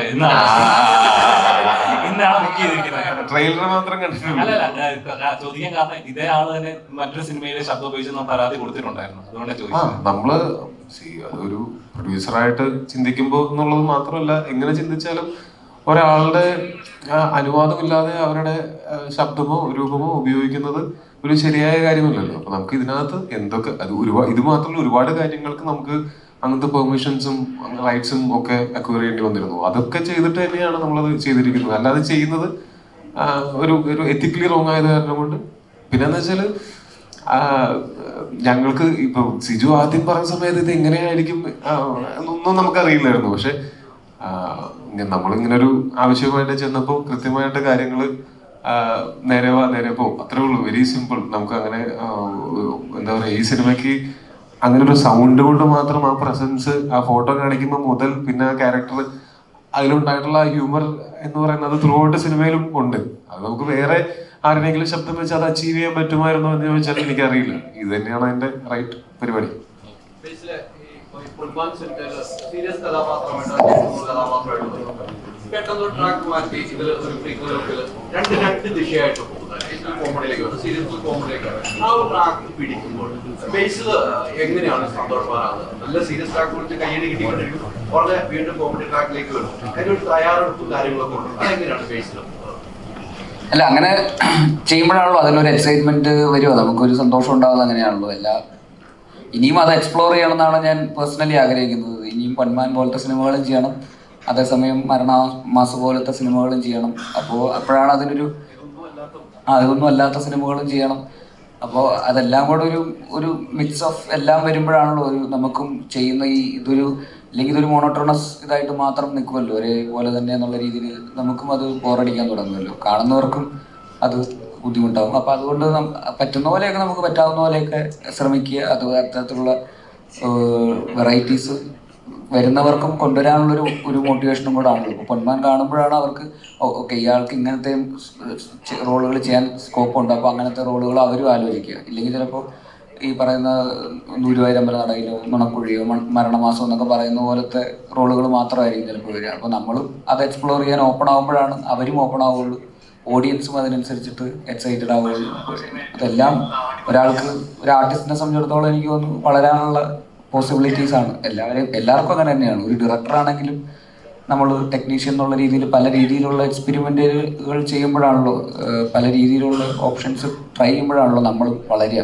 അല്ലെങ്കിൽ ഒരേപോലത്തെ കംഫർട്ട് സോണിൽ തന്നെ നിന്ന് പോകുമല്ലോ. തീർച്ചയായിട്ടും രണ്ടും വേണമെന്ന് എനിക്ക് തോന്നുന്നു, എല്ലാം വേണമെന്ന് എനിക്ക് തോന്നുന്നു. ഇതേപോലത്തെ റോളുകൾ ടൈപ്പ് കാസ്റ്റ് ചെയ്യപ്പെടുക, ഇങ്ങനൊരു ഇന്നലെ തന്നെ കുറച്ച് കഥയൊക്കെ പറയുന്നുണ്ട്, അത് നിങ്ങൾ വേണമെങ്കിൽ പറഞ്ഞു. അപ്പോൾ ഇങ്ങനത്തെ ഒരു സീനുണ്ട്, അപ്പോൾ അതിനൊരാളെ വിളിക്കണം, അതിനൊരു എക്സ്പേർട്ടായിട്ടുള്ള ഉത്തരവാദിത്തത്തോടെ ചെയ്തു കൊടുക്കപ്പെടുന്ന ഒരാൾ വേണം എന്ന് അവർക്ക് തോന്നിക്കഴിഞ്ഞാൽ അപ്പം തന്നെ സുരേഷ് ഏട്ടനെ വിളിക്കും. കോട്ടൊക്കെ ഇടിപ്പിച്ച് വന്ന് പറ്റിക്കുക, ഒരു ചതി, ചെറിയൊരു ചതി. അപ്പോൾ അങ്ങനെ പിന്നെ അത് ആദ്യം അങ്ങനെ ഒരു ഇതിലേക്കൊക്കെ പോയി. പിന്നെ ഇപ്പോഴാണ് സുരേഷ് ഏട്ടൻ 2.0 റിവീൽ ആവപ്പെടുന്നത്. അപ്പോൾ ഇനി അങ്ങോട്ട് സുരേഷ് ഏട്ടന് എല്ലാ തരത്തിലുള്ള റോളുകളും വരും എന്ന് തന്നെയാണ് ഞാൻ വിശ്വസിക്കുന്നത്. കോമഡിയും പ്രോപ്പർ ക്യാരക്ടർ റോൾസും അല്ലാത്ത ഈ പറയുന്ന കുറച്ച് വില്ലനി ആയിട്ടുള്ള റോൾസും എല്ലാം ഇനി വരാനുള്ള ഓപ്പർച്യൂണിറ്റി ഞാൻ വാതിൽ മലർക്കെ തുറന്നു നടക്കുകയാണെന്നാണ് എനിക്ക് തോന്നുന്നത്. ബേസിലിൻ്റെ അടുത്ത പടത്തിൽ നല്ലൊരു വേഷം ചെയ്യുന്നുണ്ട് ഞാൻ. അത് ഇവിടെ വെച്ച് റിവീൽ ചെയ്യാനും അതൊരു ബാധ്യതയും എന്തെങ്കിലും തരും, അത് പറയാൻ പറ്റില്ല. ഞാൻ മെസ്സേജ് അയച്ചുതരാം, വാട്സപ്പിൽ അയച്ചുതരാം. ഒന്നുമില്ല, ഒരു സീസണില് സ്ഥിരമായിട്ട് ബലാത്സംഗം ആ പരിപാടിയൊക്കെ ആയിരുന്നു. ഞാനിങ്ങനെ ആലോചിക്കും എന്തിനാ വിളിക്കുന്ന ഒരു സ്ഥിരമായിട്ട്. അങ്ങനെ ഏതോ ഒരു നമ്മുടെ നന്ദി എന്ന് പറഞ്ഞ നമ്മുടെ ഒരു നായിക ഉണ്ടായിരുന്നല്ലോ കൊണ്ട്, നമ്മുടെ കരുവാടി കുട്ടിയുള്ള നായിക, അതിലും ബലാത്സംഗം പരിപാടി ഉണ്ടായിരുന്നു. അത് കഴിഞ്ഞ് 3 പടം അടുപ്പിച്ച് ഞാനായിരുന്നു. മൂന്നാമത്തെ സിനിമ എത്തിയപ്പോൾ അവർ വെച്ച് ഇതിലും നിങ്ങളാണോ? അപ്പോൾ ഞാൻ പറഞ്ഞു ഇവിടെ ചിലപ്പോൾ അധികം ആൾക്കാർക്ക് ഇത് അറിയില്ലായിരിക്കാം, അതുകൊണ്ടാണ് നമുക്ക് പെട്ടെന്ന് അധികം തേക്ക് പോകാതെ പെട്ടെന്ന് പണി തീർക്കാന്ന് പറഞ്ഞത് എന്ന് പറഞ്ഞൊരു 3-4 പടം അടുപ്പിച്ച് ഞാൻ അവരുടെ കൂടെ ഉണ്ടായിട്ടുണ്ട്. അപ്പൊ അതിലൊക്കെ പ്രത്യേകിച്ച് ഇപ്പോൾ അയാളെ കണ്ടു കഴിഞ്ഞാൽ അയാൾ നല്ല വിലാസത്തിന് പേരിനായിരിക്കും, അങ്ങനെയൊന്നും തന്നെ കണ്ട അതൊന്നും ആയിരിക്കില്ല. പക്ഷെ അങ്ങനെ ഒരു ട്രെൻഡ് ഒരു സമയത്ത് അങ്ങനെ ഒരു ത്രൂ ഔട്ട് തന്നെയായിരുന്നു. മാറി ഒരുപാട്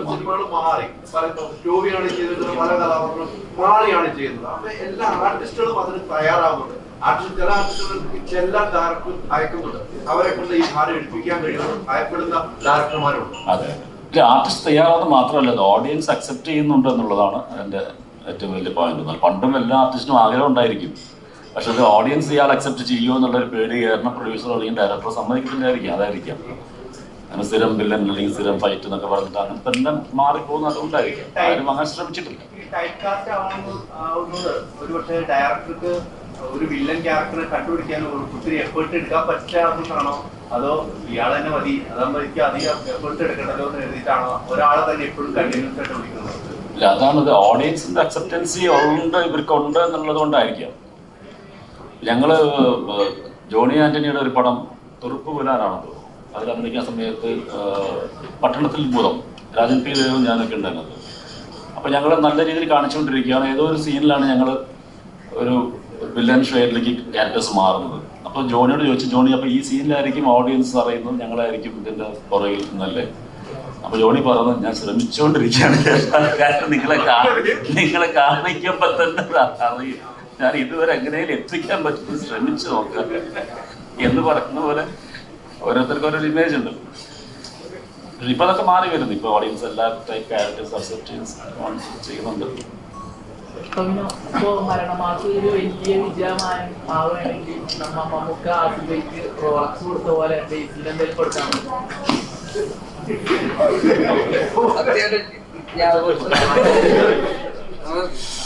ഒരു പഴം എടുത്തോ, ഒരു പഴം എടുത്തോ, ഫ്രീ. ഞാനങ്ങനെ സ്റ്റേജിൽ വെച്ച് പബ്ലിക്കായിട്ട് അല്ലെങ്കിലും ഇവന് ഞാൻ പലപ്പോഴായിട്ട് ഗിഫ്റ്റുകൾ കൊടുക്കാറുണ്ട്. ഇനി ഞാൻ ഗിഫ്റ്റ് വരുമ്പോ നിങ്ങളെ വിളിച്ച് പറയുന്നതായിരിക്കും. ഇവന്റെ അടുത്ത് വന്ന് ഇവന്റെ പെർഫ്യൂം ഒന്ന് മണത്ത് നോക്കൂ. അതാര് ഗിഫ്റ്റ് തന്നാടാ? അതായത് ഞാൻ ഇവന്റെ അടുത്ത് ഇങ്ങനെ വെറുതെ ഇങ്ങനെ പറഞ്ഞു, അതായത് ഈ ഗൾഫിലൊക്കെ ഉള്ള നമ്മുടെ സുഹൃത്തുക്കളുണ്ടെങ്കിൽ അവർ വരുമ്പോൾ ഞാൻ ചോദിക്കും, നമ്മുടെ പെർഫ്യൂമിനൊക്കെ എന്താ വില എന്ന് ചോദിച്ചു കഴിഞ്ഞാൽ അവർ നമുക്കൊരു പെർഫ്യൂം ഒക്കെ മേടിച്ചോണ്ട് വരും എന്ന് ഞാൻ ഇവരുടെ അടുത്ത് പറഞ്ഞു. പിന്നത്തെ ആഴ്ച ഞാൻ ദുബായിക്ക് ഏതോ പടത്തിന്റെ ARMന്റെ പ്രൊമോഷന് പോകാൻ സമയത്ത് ഇവൻ അവിടെ പെർഫ്യൂമിനൊക്കെ എന്തായിരിക്കും വില, അങ്ങനെ ഞാൻ വന്നപ്പോ മേടിച്ചു കൊടുത്തതാണ് ഇവൻ. ഞാനാണ് ഇവന്റെ സാമ്പത്തിക ഉപദേഷ്ടാവ്. അത് എനിക്ക് തന്നെ പിന്നീട് പലപ്പോഴും പണിയായിട്ട് തിരിച്ചടിയായിട്ട് വന്നിട്ടുണ്ട്. ഈ പടത്തിൽ ഉൾപ്പെടെ എനിക്ക് തിരിച്ചടിയായിട്ട് വന്നിട്ടുണ്ട്. ഇപ്പൊ സിനിമകളെല്ലാം പ്രദർശിപ്പിക്കാൻ, പക്ഷെ UAE-ലും സൗദിയിലും ഇത് പ്രദർശിപ്പിക്കുന്നില്ലായിരുന്നു. അതിന്റെ UAE-ലുണ്ട്, കുവൈറ്റിൽ ഇത് വാർത്ത വന്നാലും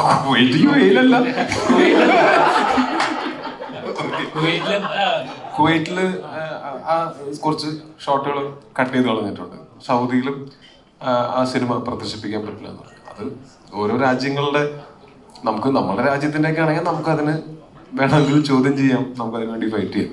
മറ്റു രാജ്യങ്ങളിൽ അവരുടെ നിയമം അങ്ങനെയാണ്. നമുക്ക് ഇപ്പൊ തൽക്കാലം അതിന് ഒന്നും ചെയ്യാൻ പറ്റാത്ത അവസ്ഥയാണ്. പക്ഷെ അത് കാര്യമാക്കേണ്ട കാര്യമില്ല. വേറെ ഒരുപാട് സ്ഥലങ്ങളിൽ നമുക്ക് റിലീസ് ചെയ്യാനായിട്ട് നമ്മൾക്ക് പരമാവധി പറ്റുന്ന, ഇത് പ്രശ്നമല്ലാത്ത എത്രയോ സ്ഥലങ്ങളുണ്ട്, അവിടെയൊക്കെ നമ്മൾ റിലീസ് ചെയ്യുന്നുണ്ട്. അവിടെയൊക്കെ നന്നായിട്ട് ആൾക്കാർ സിനിമനെ ആക്സെപ്റ്റും ചെയ്ത് കഴിഞ്ഞു. അവർക്ക് അതിനകത്ത് യാതൊരു പ്രശ്നവും തോന്നുന്നില്ല. അത് ഓരോ രാജ്യങ്ങളുടെ നിയമങ്ങളാണ്. അതല്ലാതെ ഇനിയും അടുത്ത ആഴ്ചയൊക്കെ ആകുമ്പോഴത്തേക്കും ഇനിയും കൂടുതൽ സ്ഥലങ്ങളിലേക്ക് ഞങ്ങൾക്ക് കഴിഞ്ഞ ആഴ്ച ഇപ്പോൾ ഈ റിലീസ് ചെയ്തപ്പോൾ സൈമൾട്ടേനിയസ്ലി ഔട്ട്സൈഡ് ഇന്ത്യ പല സ്ഥലങ്ങളിലും റിലീസ് ചെയ്യാനായിട്ട് നമുക്ക് പറ്റിയിട്ടില്ലായിരുന്നു, പല കാരണങ്ങൾ കൊണ്ട്. അത് ഇനിയിപ്പോ നെക്സ്റ്റ് വീക്ക് ഒക്കെ ആയിട്ട് അതും ഉണ്ടാവും. ഇപ്പോഴും ഈ ഭേദഗതികൾ എല്ലാത്തിനും കാറ്റഗറൈസ് ചെയ്യപ്പെടുന്നുണ്ടോ? നമ്മുടെ നാട്ടിലാണെങ്കിൽ പല കാര്യങ്ങളും. നിങ്ങൾ സൗദിയെ പറ്റി നമുക്ക് എല്ലാവർക്കും അറിയാം. ഞാൻ 2019 പോയപ്പോൾ കണ്ടിട്ടുള്ള സൗദി അല്ല ഞാൻ പിന്നീട് 2023 പോയപ്പോൾ കണ്ടത്. അപ്പോൾ അതിനതിന്റെ സമയം കൊടുക്കും. അവരുടേതായിട്ടുള്ള ഭേദഗതികൾ വരുത്തുന്നുണ്ട്. ഇപ്പോൾ 2019 ഇന്ത്യ ഉണ്ടായിരുന്നതിനേക്കാൾ പ്രോഗ്രസീവായിട്ടാണോ റിഗ്രസീവായിട്ടാണോ നമ്മൾ മാറിയിരിക്കുന്നതെന്ന് ചോദിച്ചു കഴിഞ്ഞാൽ അത് ഭയങ്കര ഒരു ക്വസ്റ്റ്യനാണ്. നിങ്ങൾക്ക് തന്നെ കഴിഞ്ഞ 5-6 വർഷം കൊണ്ട് പുരോഗതിയാണോ ഉണ്ടായിരിക്കുന്നത് അല്ലെങ്കിൽ അധോഗതിയാണോ ഉണ്ടായിട്ടുള്ളത്? എനിക്ക് അക്കാര്യത്തിൽ സംശയമുണ്ട്. എനിക്ക് അക്കാര്യത്തിൽ സംശയമുണ്ട്. താങ്കൾക്ക് എന്ത് തോന്നുന്നു? ആരും ഇവിടെ എന്ത് പറഞ്ഞു? ആരൊക്കെയായിരുന്നു അഭിപ്രായം വ്യത്യാസമുള്ളത്? അധോഗതിയാണെന്ന് പറഞ്ഞ ആരും ഉണ്ടല്ലോ ഇവിടെ? ഞാൻ കേട്ടു.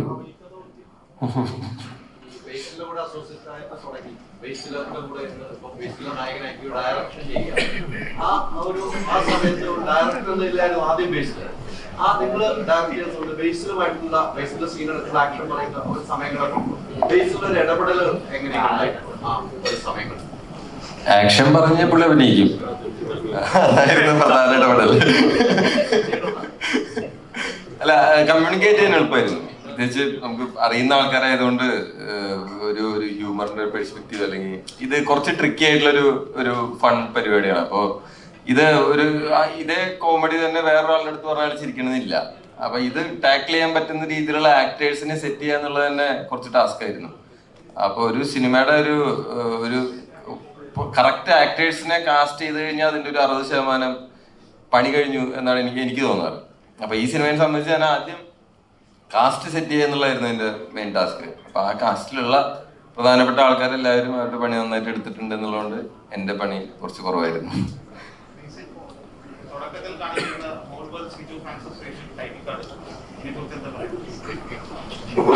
ഞങ്ങൾക്ക് ആർക്കും അതിനെപ്പറ്റി ഒന്നും പറയാനില്ല.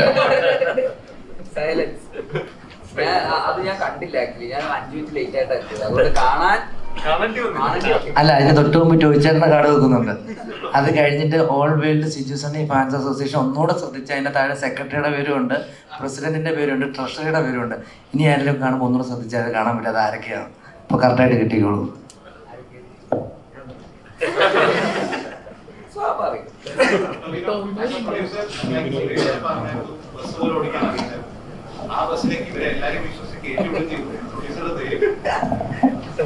പ്രൊഡ്യൂസറുടെ ധൈര്യമല്ല, ഞങ്ങളുടെ ധൈര്യമാണ്.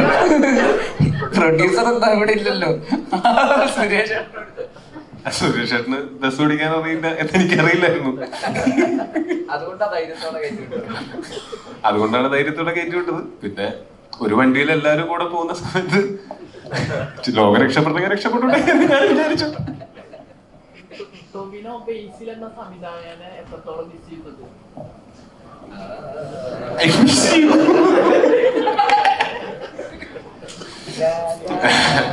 അത് ഓൺ എ സീരിയസ് നോട്ട് ഞങ്ങൾ തമ്മിൽ ഇതിനെ പറ്റി സംസാരിച്ചിട്ടുണ്ടായിരുന്നു. അപ്പൊ ഞാൻ പറയാതെ തന്നെ ഇവനും അറിയുന്നുണ്ട്. ഒരുപക്ഷെ ഞാൻ ബേസിൽ എന്ന് പറയുന്ന സംവിധായകനെ മിസ് ചെയ്യുന്നതിനേക്കാൾ കൂടുതൽ ബേസിൽ എന്ന് പറയുന്ന സംവിധായകനെ മിസ് ചെയ്യുന്നുണ്ട്. അതെനിക്കും നല്ല കൃത്യമായിട്ട് അറിയാം. പക്ഷെ അങ്ങനെ തല്ലിപ്പഴിപ്പിക്കാൻ പറ്റില്ല. ആസ് എൻ ആക്ടർ ബേസിൽ നല്ല വൃത്തിയായിട്ട് അവന്റെ ജോലി ചെയ്തുകൊണ്ട് പോകുന്നുണ്ട്. ഇപ്പൊ ഞാൻ as a friend, as an ഓഡിയൻ, as A producer ഒക്കെ ഞാൻ നോക്കുന്ന സമയത്ത് വളരെ സാറ്റിസ്ഫൈങ് ആയിട്ടുള്ള ആക്ടിങ് പെർഫോമൻസസ് ബേസിലിന്റെ ഭാഗത്തുനിന്ന് ഇഷ്ടംപോലെ ഉണ്ടാവുന്നുണ്ട്. കഴിഞ്ഞ ബേസിലിന്റെ സിനിമകളൊക്കെ കാണുമ്പോൾ മനസ്സിലാക്കാം. പക്ഷെ അതിനേക്കാൾ എനിക്ക് ഞങ്ങൾ തമ്മിലുള്ള കോൺവെർസേഷൻസിൽ നിന്ന് ഞാൻ മനസ്സിലാക്കിയിട്ടുള്ളത് ബേസിലിന് ആസ് എ ഡയറക്ടർ ഒരു സിനിമ ചെയ്യുമ്പോൾ ആണ് അതിനേക്കാൾ ഒരു ആസ് എൻ ആക്ടർ ഉള്ളതിനേക്കാൾ ഹൈ കിട്ടുന്നത്. അപ്പൊ ഞങ്ങൾ തമ്മിൽ സംസാരിച്ചപ്പോൾ ഞാൻ ഇവരോട് പറഞ്ഞിട്ടുള്ളത് ഒരു 3 വർഷം കൂടുമ്പോൾ ഒരു സിനിമ ഡയറക്റ്റ് ചെയ്യണം, പക്ഷെ അതുകൊണ്ട് അഭിനയം നിർത്തരുത് എന്നുള്ള അഭിപ്രായമാണ് എനിക്കുള്ളത്.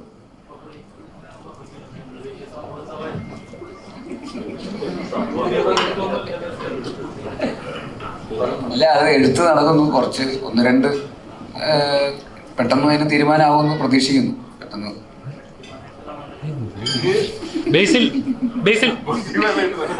ഓൾറെഡി ബുദ്ധിമാനല്ലടാ. എന്തിനാണ് ഇനി വേറെ സൗദി ആ രാജ്യങ്ങളില് സംഘം അഭിനയിച്ച സീൻ കട്ടായി പോയി എന്ന് പറയുമ്പോ എന്താണ് തോന്നിയത്? അത് വ്യക്തിപരമായിട്ട് ഒത്തിരി ഞാൻ യു എയിലൊക്കെ സഞ്ചരിക്കുന്നതാണ്, പോകുന്നതിന് പ്രശ്നമില്ല. പക്ഷെ അത് വിഷമമുണ്ട്, എല്ലാവർക്കും ഉള്ളതുപോലെ തന്നെ എനിക്ക് വിഷമമുണ്ടായി. പ്രത്യേകിച്ച് സിനിമ സീൻ കട്ട് ചെയ്താലും എങ്കിലും ടെലികാസ്റ്റ് റിലീസ് ചെയ്യപ്പെടണമായിരുന്നു എന്നുള്ളതായിരുന്നു. സ്വാഭാവികമായിട്ടും ടോനോജോല പറഞ്ഞതുപോലെ നമ്മൾ കുറച്ച് വർഷം കൂടെ കഴിഞ്ഞാൽ ഇത് മാറി ചിന്തിക്കുന്ന ഒരു അവസ്ഥയിലേക്ക് എത്തും. കാരണം വളരെ കുറച്ച് വർഷമായിട്ടുള്ള അവിടെ സ്ത്രീകൾക്ക് ഡ്രൈവിംഗ് ലൈസൻസ് കൊടുത്തു തുടങ്ങിയിട്ടുള്ളത്. അപ്പം അതിൻ്റെ ഒരു പുരോഗതി അല്ലെങ്കിൽ അതിന്റെ മാറ്റമൊക്കെ സംഭവിക്കുന്ന പ്രതീക്ഷയുണ്ട്. എനിക്ക് തോന്നുന്നു മറ്റെല്ലാ സ്ഥലത്തും വലിയ പ്രശ്നമൊന്നും ഇല്ലാതെ തന്നെ കടന്നു പോകുന്നുണ്ട് നമ്മൾ. ബേസിൽ ഇപ്പൊ ഫാൻ മൂവീസിന്റെ കാലമാണല്ലോ. അപ്പം ബേസിലായിട്ടോ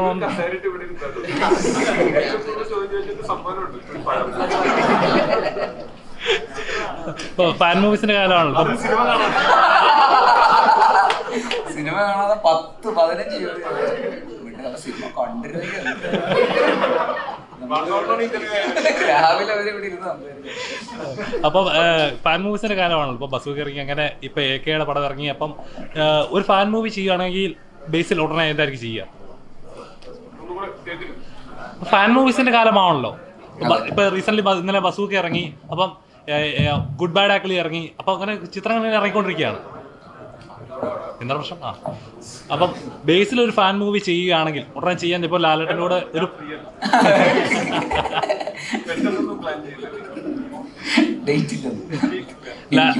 ലാലേട്ടനോട് ഒരു പ്രോജക്ട് ഉടനെ സ്റ്റാർട്ട് ചെയ്യുന്നൊക്കെ പറഞ്ഞിട്ടുണ്ടായിരുന്നു, അതാണോ? ഇല്ല, ഒന്നും അങ്ങനെ അത് ഏതായിരിക്കും എന്നുള്ളത് ഞാൻ അനൗൺസ് ചെയ്യുമ്പോഴായിരിക്കും കുറച്ചുകൂടെ നല്ലതെന്ന് തോന്നി. ഇവിടെ നമ്മളിരുന്ന് സംസാരിക്കുന്നതിനേക്കാളും. പിന്നെ അങ്ങനെ ഒരു സിനിമ ചെയ്യുകയാണെങ്കിൽ തന്നെ അതിൻ്റെതായിട്ടുള്ള കഥയും കറക്റ്റായിട്ടുള്ള ആ രീതിയിലുള്ള ഒരു എലിവേഷനൊക്കെ ഉള്ള ഒരു സിനിമ തന്നെ ചെയ്യുമ്പോഴേ അതിനനുസരിച്ച് അത് ജസ്റ്റിഫൈഡ് ആവുള്ളൂ. ഇല്ലെങ്കിൽ ഒരു നെയിം സേക്ക് അങ്ങനെ ഒരു സിനിമ ചെയ്യുന്നതിൽ ഒരു അർത്ഥമില്ല. അപ്പോൾ ഞാൻ അത്രയും റെഡി ആകുമ്പോൾ മാത്രമേ അങ്ങനെ ഒരു സിനിമ സംഭവിക്കുള്ളൂ. സംഭവിക്കുമ്പോൾ ഞാനത് എന്തായാലും അറിയിക്കില്ല. അത് ഇതുവരെ ചെയ്തിട്ടില്ലാത്ത ഒരു നടനെ വെച്ചിട്ടായിരിക്കും എന്തായാലും, ഒരു സംശയമില്ല.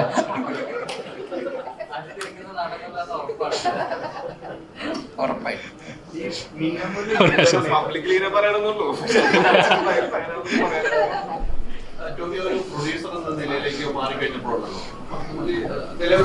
അങ്ങനെ മാറിയിട്ടില്ല, മാറ്റാൻ നോക്കണ്ട.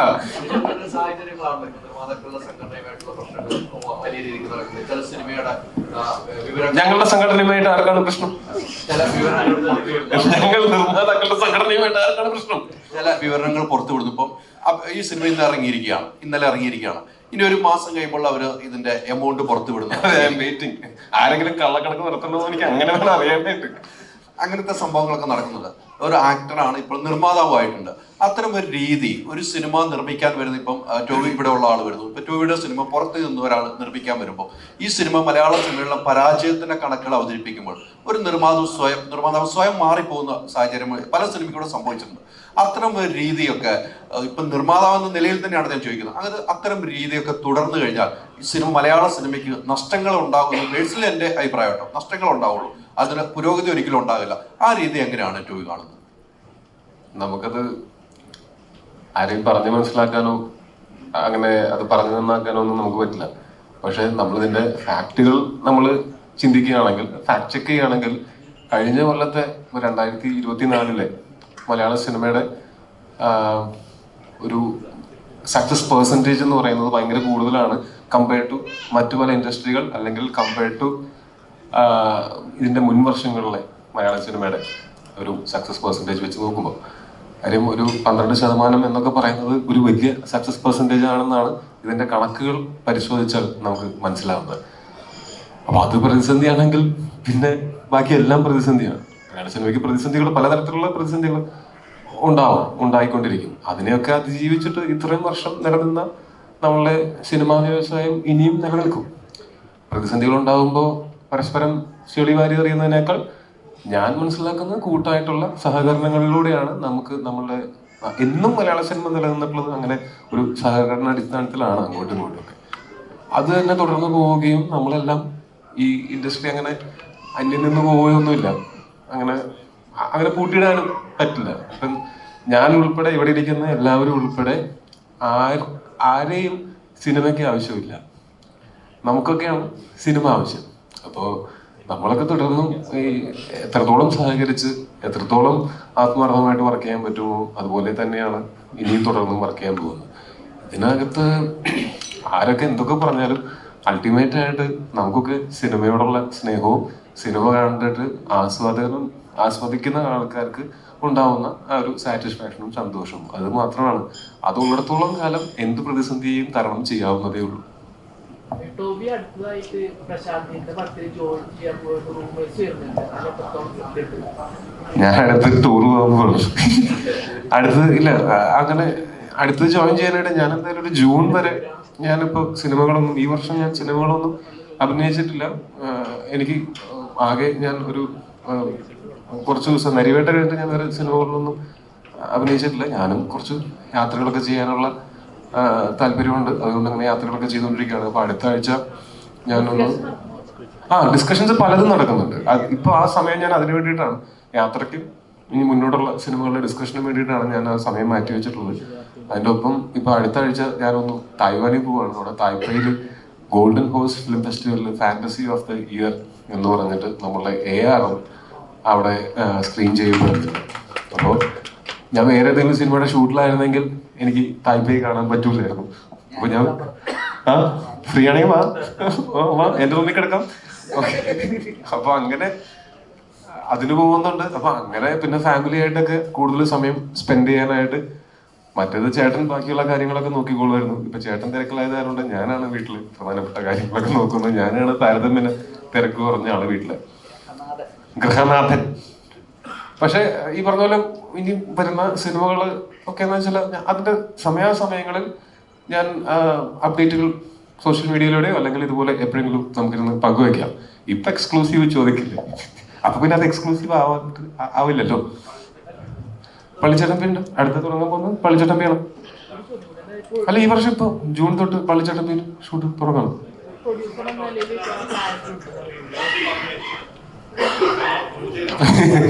അതെ, ഇന്ന് ഇവിടെ വെച്ച് പറയുന്നു, ആർക്കെങ്കിലും ഷെയ്ഖിന്റെ കിട്ടിയില്ലെങ്കിലും ഒരു കുഴപ്പമില്ല അല്ലെ. ഷെയ്ഖിന്റെ കൊടുക്കാൻ പോയിട്ട് കിട്ടിയില്ലെങ്കിലും ഒരു കുഴപ്പമില്ല. ഇന്ന് മുതൽ നമ്മൾ അതിനെ അവസാനിപ്പിക്കണം. ആ ടെൻഷനിൽ ജീവിക്കാൻ വയ്യ. ആർക്കെങ്കിലും ഷെയ്ഖിന്റെ കൊടുക്കാനോ കൊടുക്കാതിരിക്കാനോ ഒക്കെ എവിടെ പോയാലും അബദ്ധങ്ങൾ മനുഷ്യന്മാർക്ക് പറ്റുന്നതാണ്. അങ്ങനെ ഒരു അബദ്ധം എനിക്കും പറ്റി, ഇവനെ പറ്റി, കുറെ ആൾക്കാർക്കും പറ്റി. പക്ഷെ അങ്ങനത്തെ ഒരു പ്രഷറിലേക്ക് ആൾക്കാരെ തള്ളിവിടാതിരിക്കുക. കഴിയുമെങ്കിൽ ആ യൂണിവേഴ്സ് നിങ്ങൾ എല്ലാവരും കൂടെ ഒന്ന് അവസാനിപ്പിക്കുക. ഗോപാലേട്ടന് സ്തുതി. ഞാൻ പേരും പറഞ്ഞ എന്റെ കുറച്ച് പടങ്ങൾ പുള്ളിനെ കൊണ്ട് പ്രൊഡ്യൂസ് ചെയ്യിക്കണം. ഞാൻ ചെന്ന് എനിക്കത് ഭയങ്കര ക്ഷീണമായി പോയി, 2 പടം പ്രൊഡ്യൂസ് ചെയ്താൽ ഞാൻ ക്ഷമിക്കാം എന്നൊക്കെ ചെന്ന് പറയണം. എന്താ പേര്? അനസ് തെറ്റി വിളിച്ച ഭയങ്കര മോശമായി പോകും. ഓക്കെ ഓക്കെ ഓക്കെ ഓക്കെ പോട്ടെ പോട്ടെ പോട്ടെ. ഞാൻ അവിടെ ഒരു തമാശ ഉദ്ദേശിച്ചതാണ്, നടന്നില്ല. പോട്ടെ.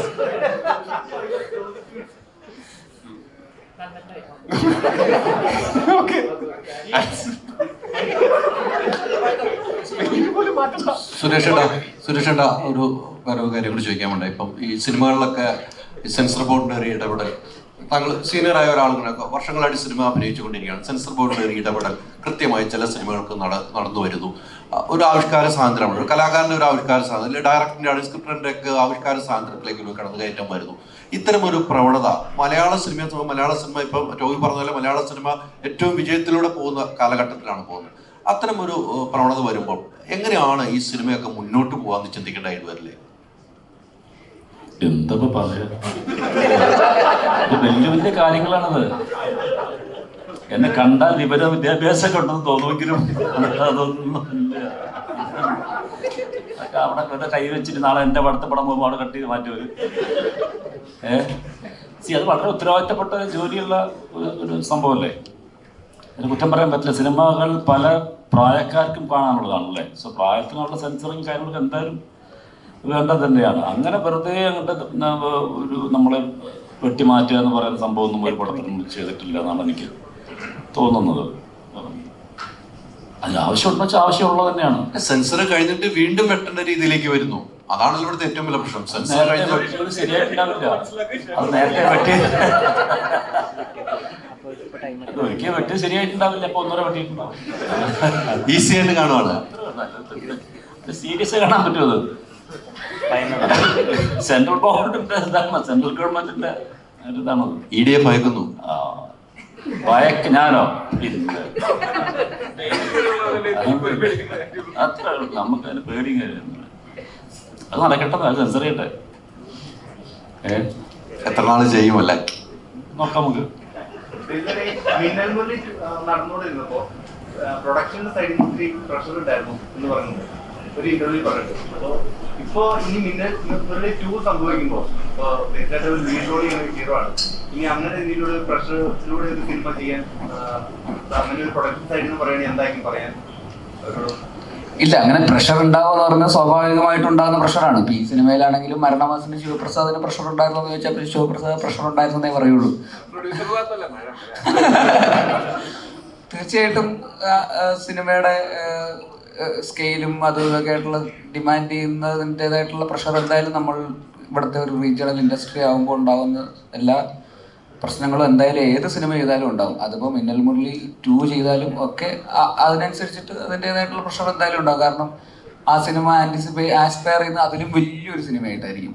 അപ്പോൾ തീർച്ചയായിട്ടും ആ ബജറ്റിലും വലിയ സിനിമയായിട്ടായിരിക്കും അത് അതിൻ്റെ ഒരു അംബീഷൻ എന്ന് പറയുന്നത്. അപ്പോൾ തീർച്ചയായിട്ടും അത് പ്രഷറിൽ തന്നെ വർക്ക് ചെയ്യാൻ പറ്റുള്ളൂ. പ്രഷറിൽ അങ്ങനെ ചെയ്യുമ്പോഴാണ് ആക്ച്വലി നമുക്ക് കൂടുതൽ ക്രിയേറ്റീവ് ആവുകയും കൂടുതൽ ഇന്നോവേറ്റീവായിട്ടൊക്കെ നമുക്ക് പുതിയ കാര്യങ്ങൾ ചെയ്യാനും പറ്റുക. നമ്മൾ ഭയങ്കര ലക്ഷറിയിൽ നമ്മൾ വർക്ക് ചെയ്ത് കഴിഞ്ഞാൽ നമ്മൾ താഴോട്ട് പോകും, ഉഴപ്പിപ്പോകും.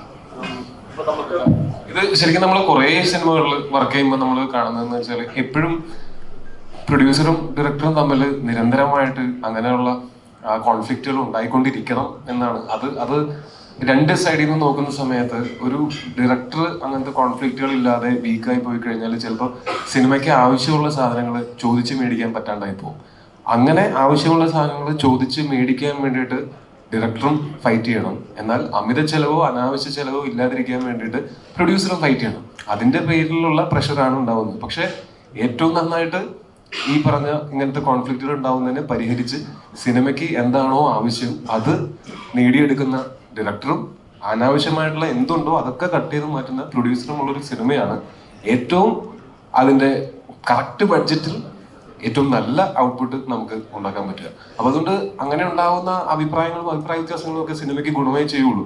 പിന്നെ എപ്പോഴും നമ്മൾ ഈ നമ്മളുടെ ഈ നമുക്ക് കുറേ വെല്ലുവിളികളും പ്രതിസന്ധികളും കുറേ കോൺസ്ട്രെയിൻസും ഒക്കെ നമുക്കുണ്ടാവും. അതൊക്കെയാണ് നമ്മളെ കൊണ്ട് കൂടുതൽ ക്രിയേറ്റീവായിട്ട് ചിന്തിക്കാനും അങ്ങനെ സിനിമകൾ എടുക്കാനും ഒക്കെ സഹായിക്കുന്നത്. ഭയങ്കര കൺവീനിയൻ്റ് ആയിട്ടുള്ള സാഹചര്യങ്ങളിൽ നമ്മുടെ ക്രിയേറ്റിവിറ്റി ഉറപ്പായിട്ടും വളരെ സ്ട്രഗിൾ ചെയ്യും. അത് ആ കൺവീനിയൻസ്, പല മൈനർ ഇൻകൺവീനിയൻസസ് ചിലപ്പോൾ നമുക്ക് ഉണ്ടാക്കി തരുന്നത് ചിലപ്പോൾ ഒരു പുതിയൊരു ക്രിയേറ്റീവ് രീതികളോ അങ്ങനത്തെ പുതിയ കാര്യങ്ങളിലേക്ക് നമ്മൾ പരീക്ഷിച്ച് നോക്കുന്നത് അങ്ങനത്തെ ഇൻകൺവീനിയൻസസ് ഉണ്ടാകുമ്പോഴാണ്. അപ്പോൾ നല്ലതാണ് അങ്ങനെ പ്രശ്നം. അല്ല, നമ്മള് ഉറപ്പായിട്ടും നമ്മൾ അങ്ങനത്തെ കാര്യങ്ങളിൽ, അതായത് ബഡ്ജറ്റ് അമിതമായിട്ട് ഇപ്പൊ മഴ കൊണ്ടുള്ളത് നമുക്കറിയാം, അതല്ലാതെ അമിതമായിട്ട് പോവാതിരിക്കാൻ ഞാനും, എന്നാൽ ഈ സിനിമയ്ക്ക് ആവശ്യമുള്ളതെല്ലാം നേടിയെടുക്കാനായിട്ട് ശിവനും അങ്ങനെ നിന്നാൽ മാത്രമേ നമുക്ക് ഐഡിയൽ ബഡ്ജറ്റിൽ ഒരു ഐഡിയൽ ഔട്ട്പുട്ട് ഉള്ള ഒരു സിനിമ ഉണ്ടാക്കാൻ പറ്റുള്ളൂ. അത് ഹെൽത്തി ആണെന്നാണ് ഞാൻ വിശ്വസിക്കുന്നത്. അല്ലെങ്കിൽ ഒരു സിനിമയ്ക്ക് ഇപ്പൊ ബഡ്ജറ്റിന്റെ കാര്യം പറയുമ്പോൾ ഒരു കാര്യം ചോദിച്ചില്ല. ഇപ്പൊ ടോബ് കൃത്യമായ കാര്യങ്ങളാണ് ഇപ്പൊ പറഞ്ഞു വെക്കുന്നത്. നമുക്ക് സിനിമയുടെ നമ്മളിപ്പോൾ ആദ്യം നിർമ്മാതാക്കളുടെ സംഘടന കൊടുക്കുന്ന ഒരു ബജറ്റ് ഉണ്ടാവും, നമ്മൾ സിനിമയുടെ ബജറ്റ് കൊടുക്കും. ഇത് അമിതമായി കൂടി എന്ന് നിർമ്മാതാക്കൾ പറഞ്ഞു. പക്ഷെ അതിന്റെ കൂടുന്ന കാരണമാണ് ഇപ്പോൾ പറഞ്ഞത്. മഴ പെയ്തു കഴിഞ്ഞാൽ നമുക്ക് ദിവസം കൂടുന്നു. നമ്മൾ പൈസ കൊടുത്തില്ല, നിർമ്മാതാവ് പൈസ കൊടുത്തുകൊണ്ടിരിക്കണം. ആദ്യം കൊടുക്കുന്ന കണക്ക് മാത്രമേ നിർമ്മാതാക്കളുടെ സംഘടനയിലുള്ളൂ. പിന്നീട് മഴ കൂടി, ആ മഴ കൂടിയപ്പോൾ എനിക്ക് ഇത്രയായിരുന്നു, അവിടെ കണക്ക് കൊടുക്കാനോ കണക്ക് ചോദിക്കാനോ അവർ വരുന്നില്ല. അത്തരം രീതികൾ കൃത്യമായി ഇടപെടാതെയാണ് ഇവർ ചില പണമിടപാട് പുറത്തുവിടുന്നത്. ഇപ്പൊ ടോബിക്ക് തന്നെ ഈ സിനിമയ്ക്ക് കൊടുക്കുന്ന ബജറ്റ് ആയിരിക്കില്ല ഇപ്പോൾ ഈ സിനിമ തീരുമ്പോൾ, ഒരിക്കലും ആയില്ല. ഇത്ര ദിവസം മഴ പെയ്തെന്ന് പറയുമ്പോൾ തന്നെ നമുക്കറിയാം എത്ര പേർക്ക് പൈസ കൊടുക്കണം. ബാറ്റ ഉൾപ്പെടെ, നെറ്റ് ബാറ്റയാണ്, ഇരട്ടി ബാറ്റയാണ് വരുന്നത്, അതുൾപ്പെടെ ബജറ്റ് കൂടുകയാണ്. അതൊന്നും കണക്കിൽ പെടുത്താതെയാണ് നിർമ്മാതാക്കൾ ചില കണക്കുകൾ പുറത്തുവിടുന്നതെന്ന് തോന്നുന്നു. കണക്കിൽ പെടുത്തിയിട്ട് കണക്കുകൾ പുറത്തുവിട്ടാലും എന്താ വ്യത്യാസം? അതായത് പൈസ നമുക്ക് ഈ സിനിമയ്ക്ക് ആവശ്യമുള്ള ബഡ്ജറ്റ് ഈ സിനിമയ്ക്ക് ആയിട്ടുണ്ട്. മഴ പോലുള്ള കാര്യങ്ങൾ നമുക്ക് നിരോധിക്കാനൊന്നും പറ്റില്ലല്ലോ. ഒരു വർഷത്തിലൊരു 8-9 മാസം മഴയുള്ള ഒരു സംസ്ഥാനമായിട്ട് നമ്മളുടെ മാറിക്കൊണ്ടിരിക്കുന്നു. നമുക്ക് അതിനനുസരിച്ച് അഡ്ജസ്റ്റ് ചെയ്ത് ഷൂട്ട് ചെയ്യുക, അങ്ങനത്തെ ഒരു ബഫർ കാണുക എന്നുള്ളതല്ലാതെ നമുക്ക് എന്ത് ചെയ്യാൻ പറ്റും? ആരെ ബ്ലെയിം ചെയ്യാൻ പറ്റും? നമുക്ക് പ്രപഞ്ചത്തിനെ ബ്ലെയിം ചെയ്തിട്ട് ഒന്നും ചെയ്യാൻ പറ്റില്ലല്ലോ. ഓക്കെ, അതെല്ലാം ഈ പറഞ്ഞ പോലെ കാലാകാലങ്ങളായിട്ട് നടക്കുന്ന പോലെ തന്നെ ഇനിയും നടന്നുകൊണ്ടിരിക്കും. പണ്ടും മഴയുണ്ടായിരുന്നു, ഇപ്പോഴും മഴയുണ്ട്. നമ്മൾ അതിനനുസരിച്ച് എല്ലാവരും കൂടെ സഹകരിച്ച്, ഞാൻ നേരത്തെ പറഞ്ഞതാണ്, സഹകരണ അടിസ്ഥാനത്തിൽ മുന്നോട്ട് പോവുക എന്നുള്ളത് തന്നെയാണ്. ഒത്തിരി സന്തോഷം കേട്ടോ, നല്ല സിനിമ. ഓക്കെ, അപ്പോ ഇത്രയും നേരം നമ്മളോട് ഇന്ററാക്ട് ചെയ്ത എല്ലാവർക്കും നന്ദി. ഇരിക്കുന്ന എല്ലാവരും നാളെ തന്നെ പോയി മരണമാസം കാണണമെന്ന് അപേക്ഷിക്കുന്നു. മരണമാസത്തിനെ പറ്റിയിട്ടുള്ള കാര്യമായിട്ട് ചോദ്യങ്ങളൊന്നും വന്നില്ല, കുഴപ്പമില്ല. അപ്പൊ എല്ലാവരും സിനിമ കണ്ട അഭിപ്രായം എല്ലാവരോടും പറയണം. ഇഷ്ടപ്പെട്ട ഫേസ്ബുക്ക് ഓൺലൈൻ മീഡിയയിലും നിങ്ങളുടെ കൂടുതൽ ആൾക്കാരുടെ അടുത്ത് എല്ലാവരും സംസാരിക്കണം. നമ്മൾ ആദ്യമായിട്ട് ചെയ്തൊരു വീഡിയോ സൈഡിൽ നിന്നാണെങ്കിൽ നമുക്ക് എല്ലാവരും നമ്മളൊരു ബിഗിനിങ് സമയത്തുള്ള ഒരു സിനിമയാണത്. അപ്പോൾ എല്ലാവരും സിനിമ കണ്ട് അഭിപ്രായങ്ങൾ എല്ലാവരും അറിയിക്കണമെന്ന് അപേക്ഷിക്കുന്നു. Thank you.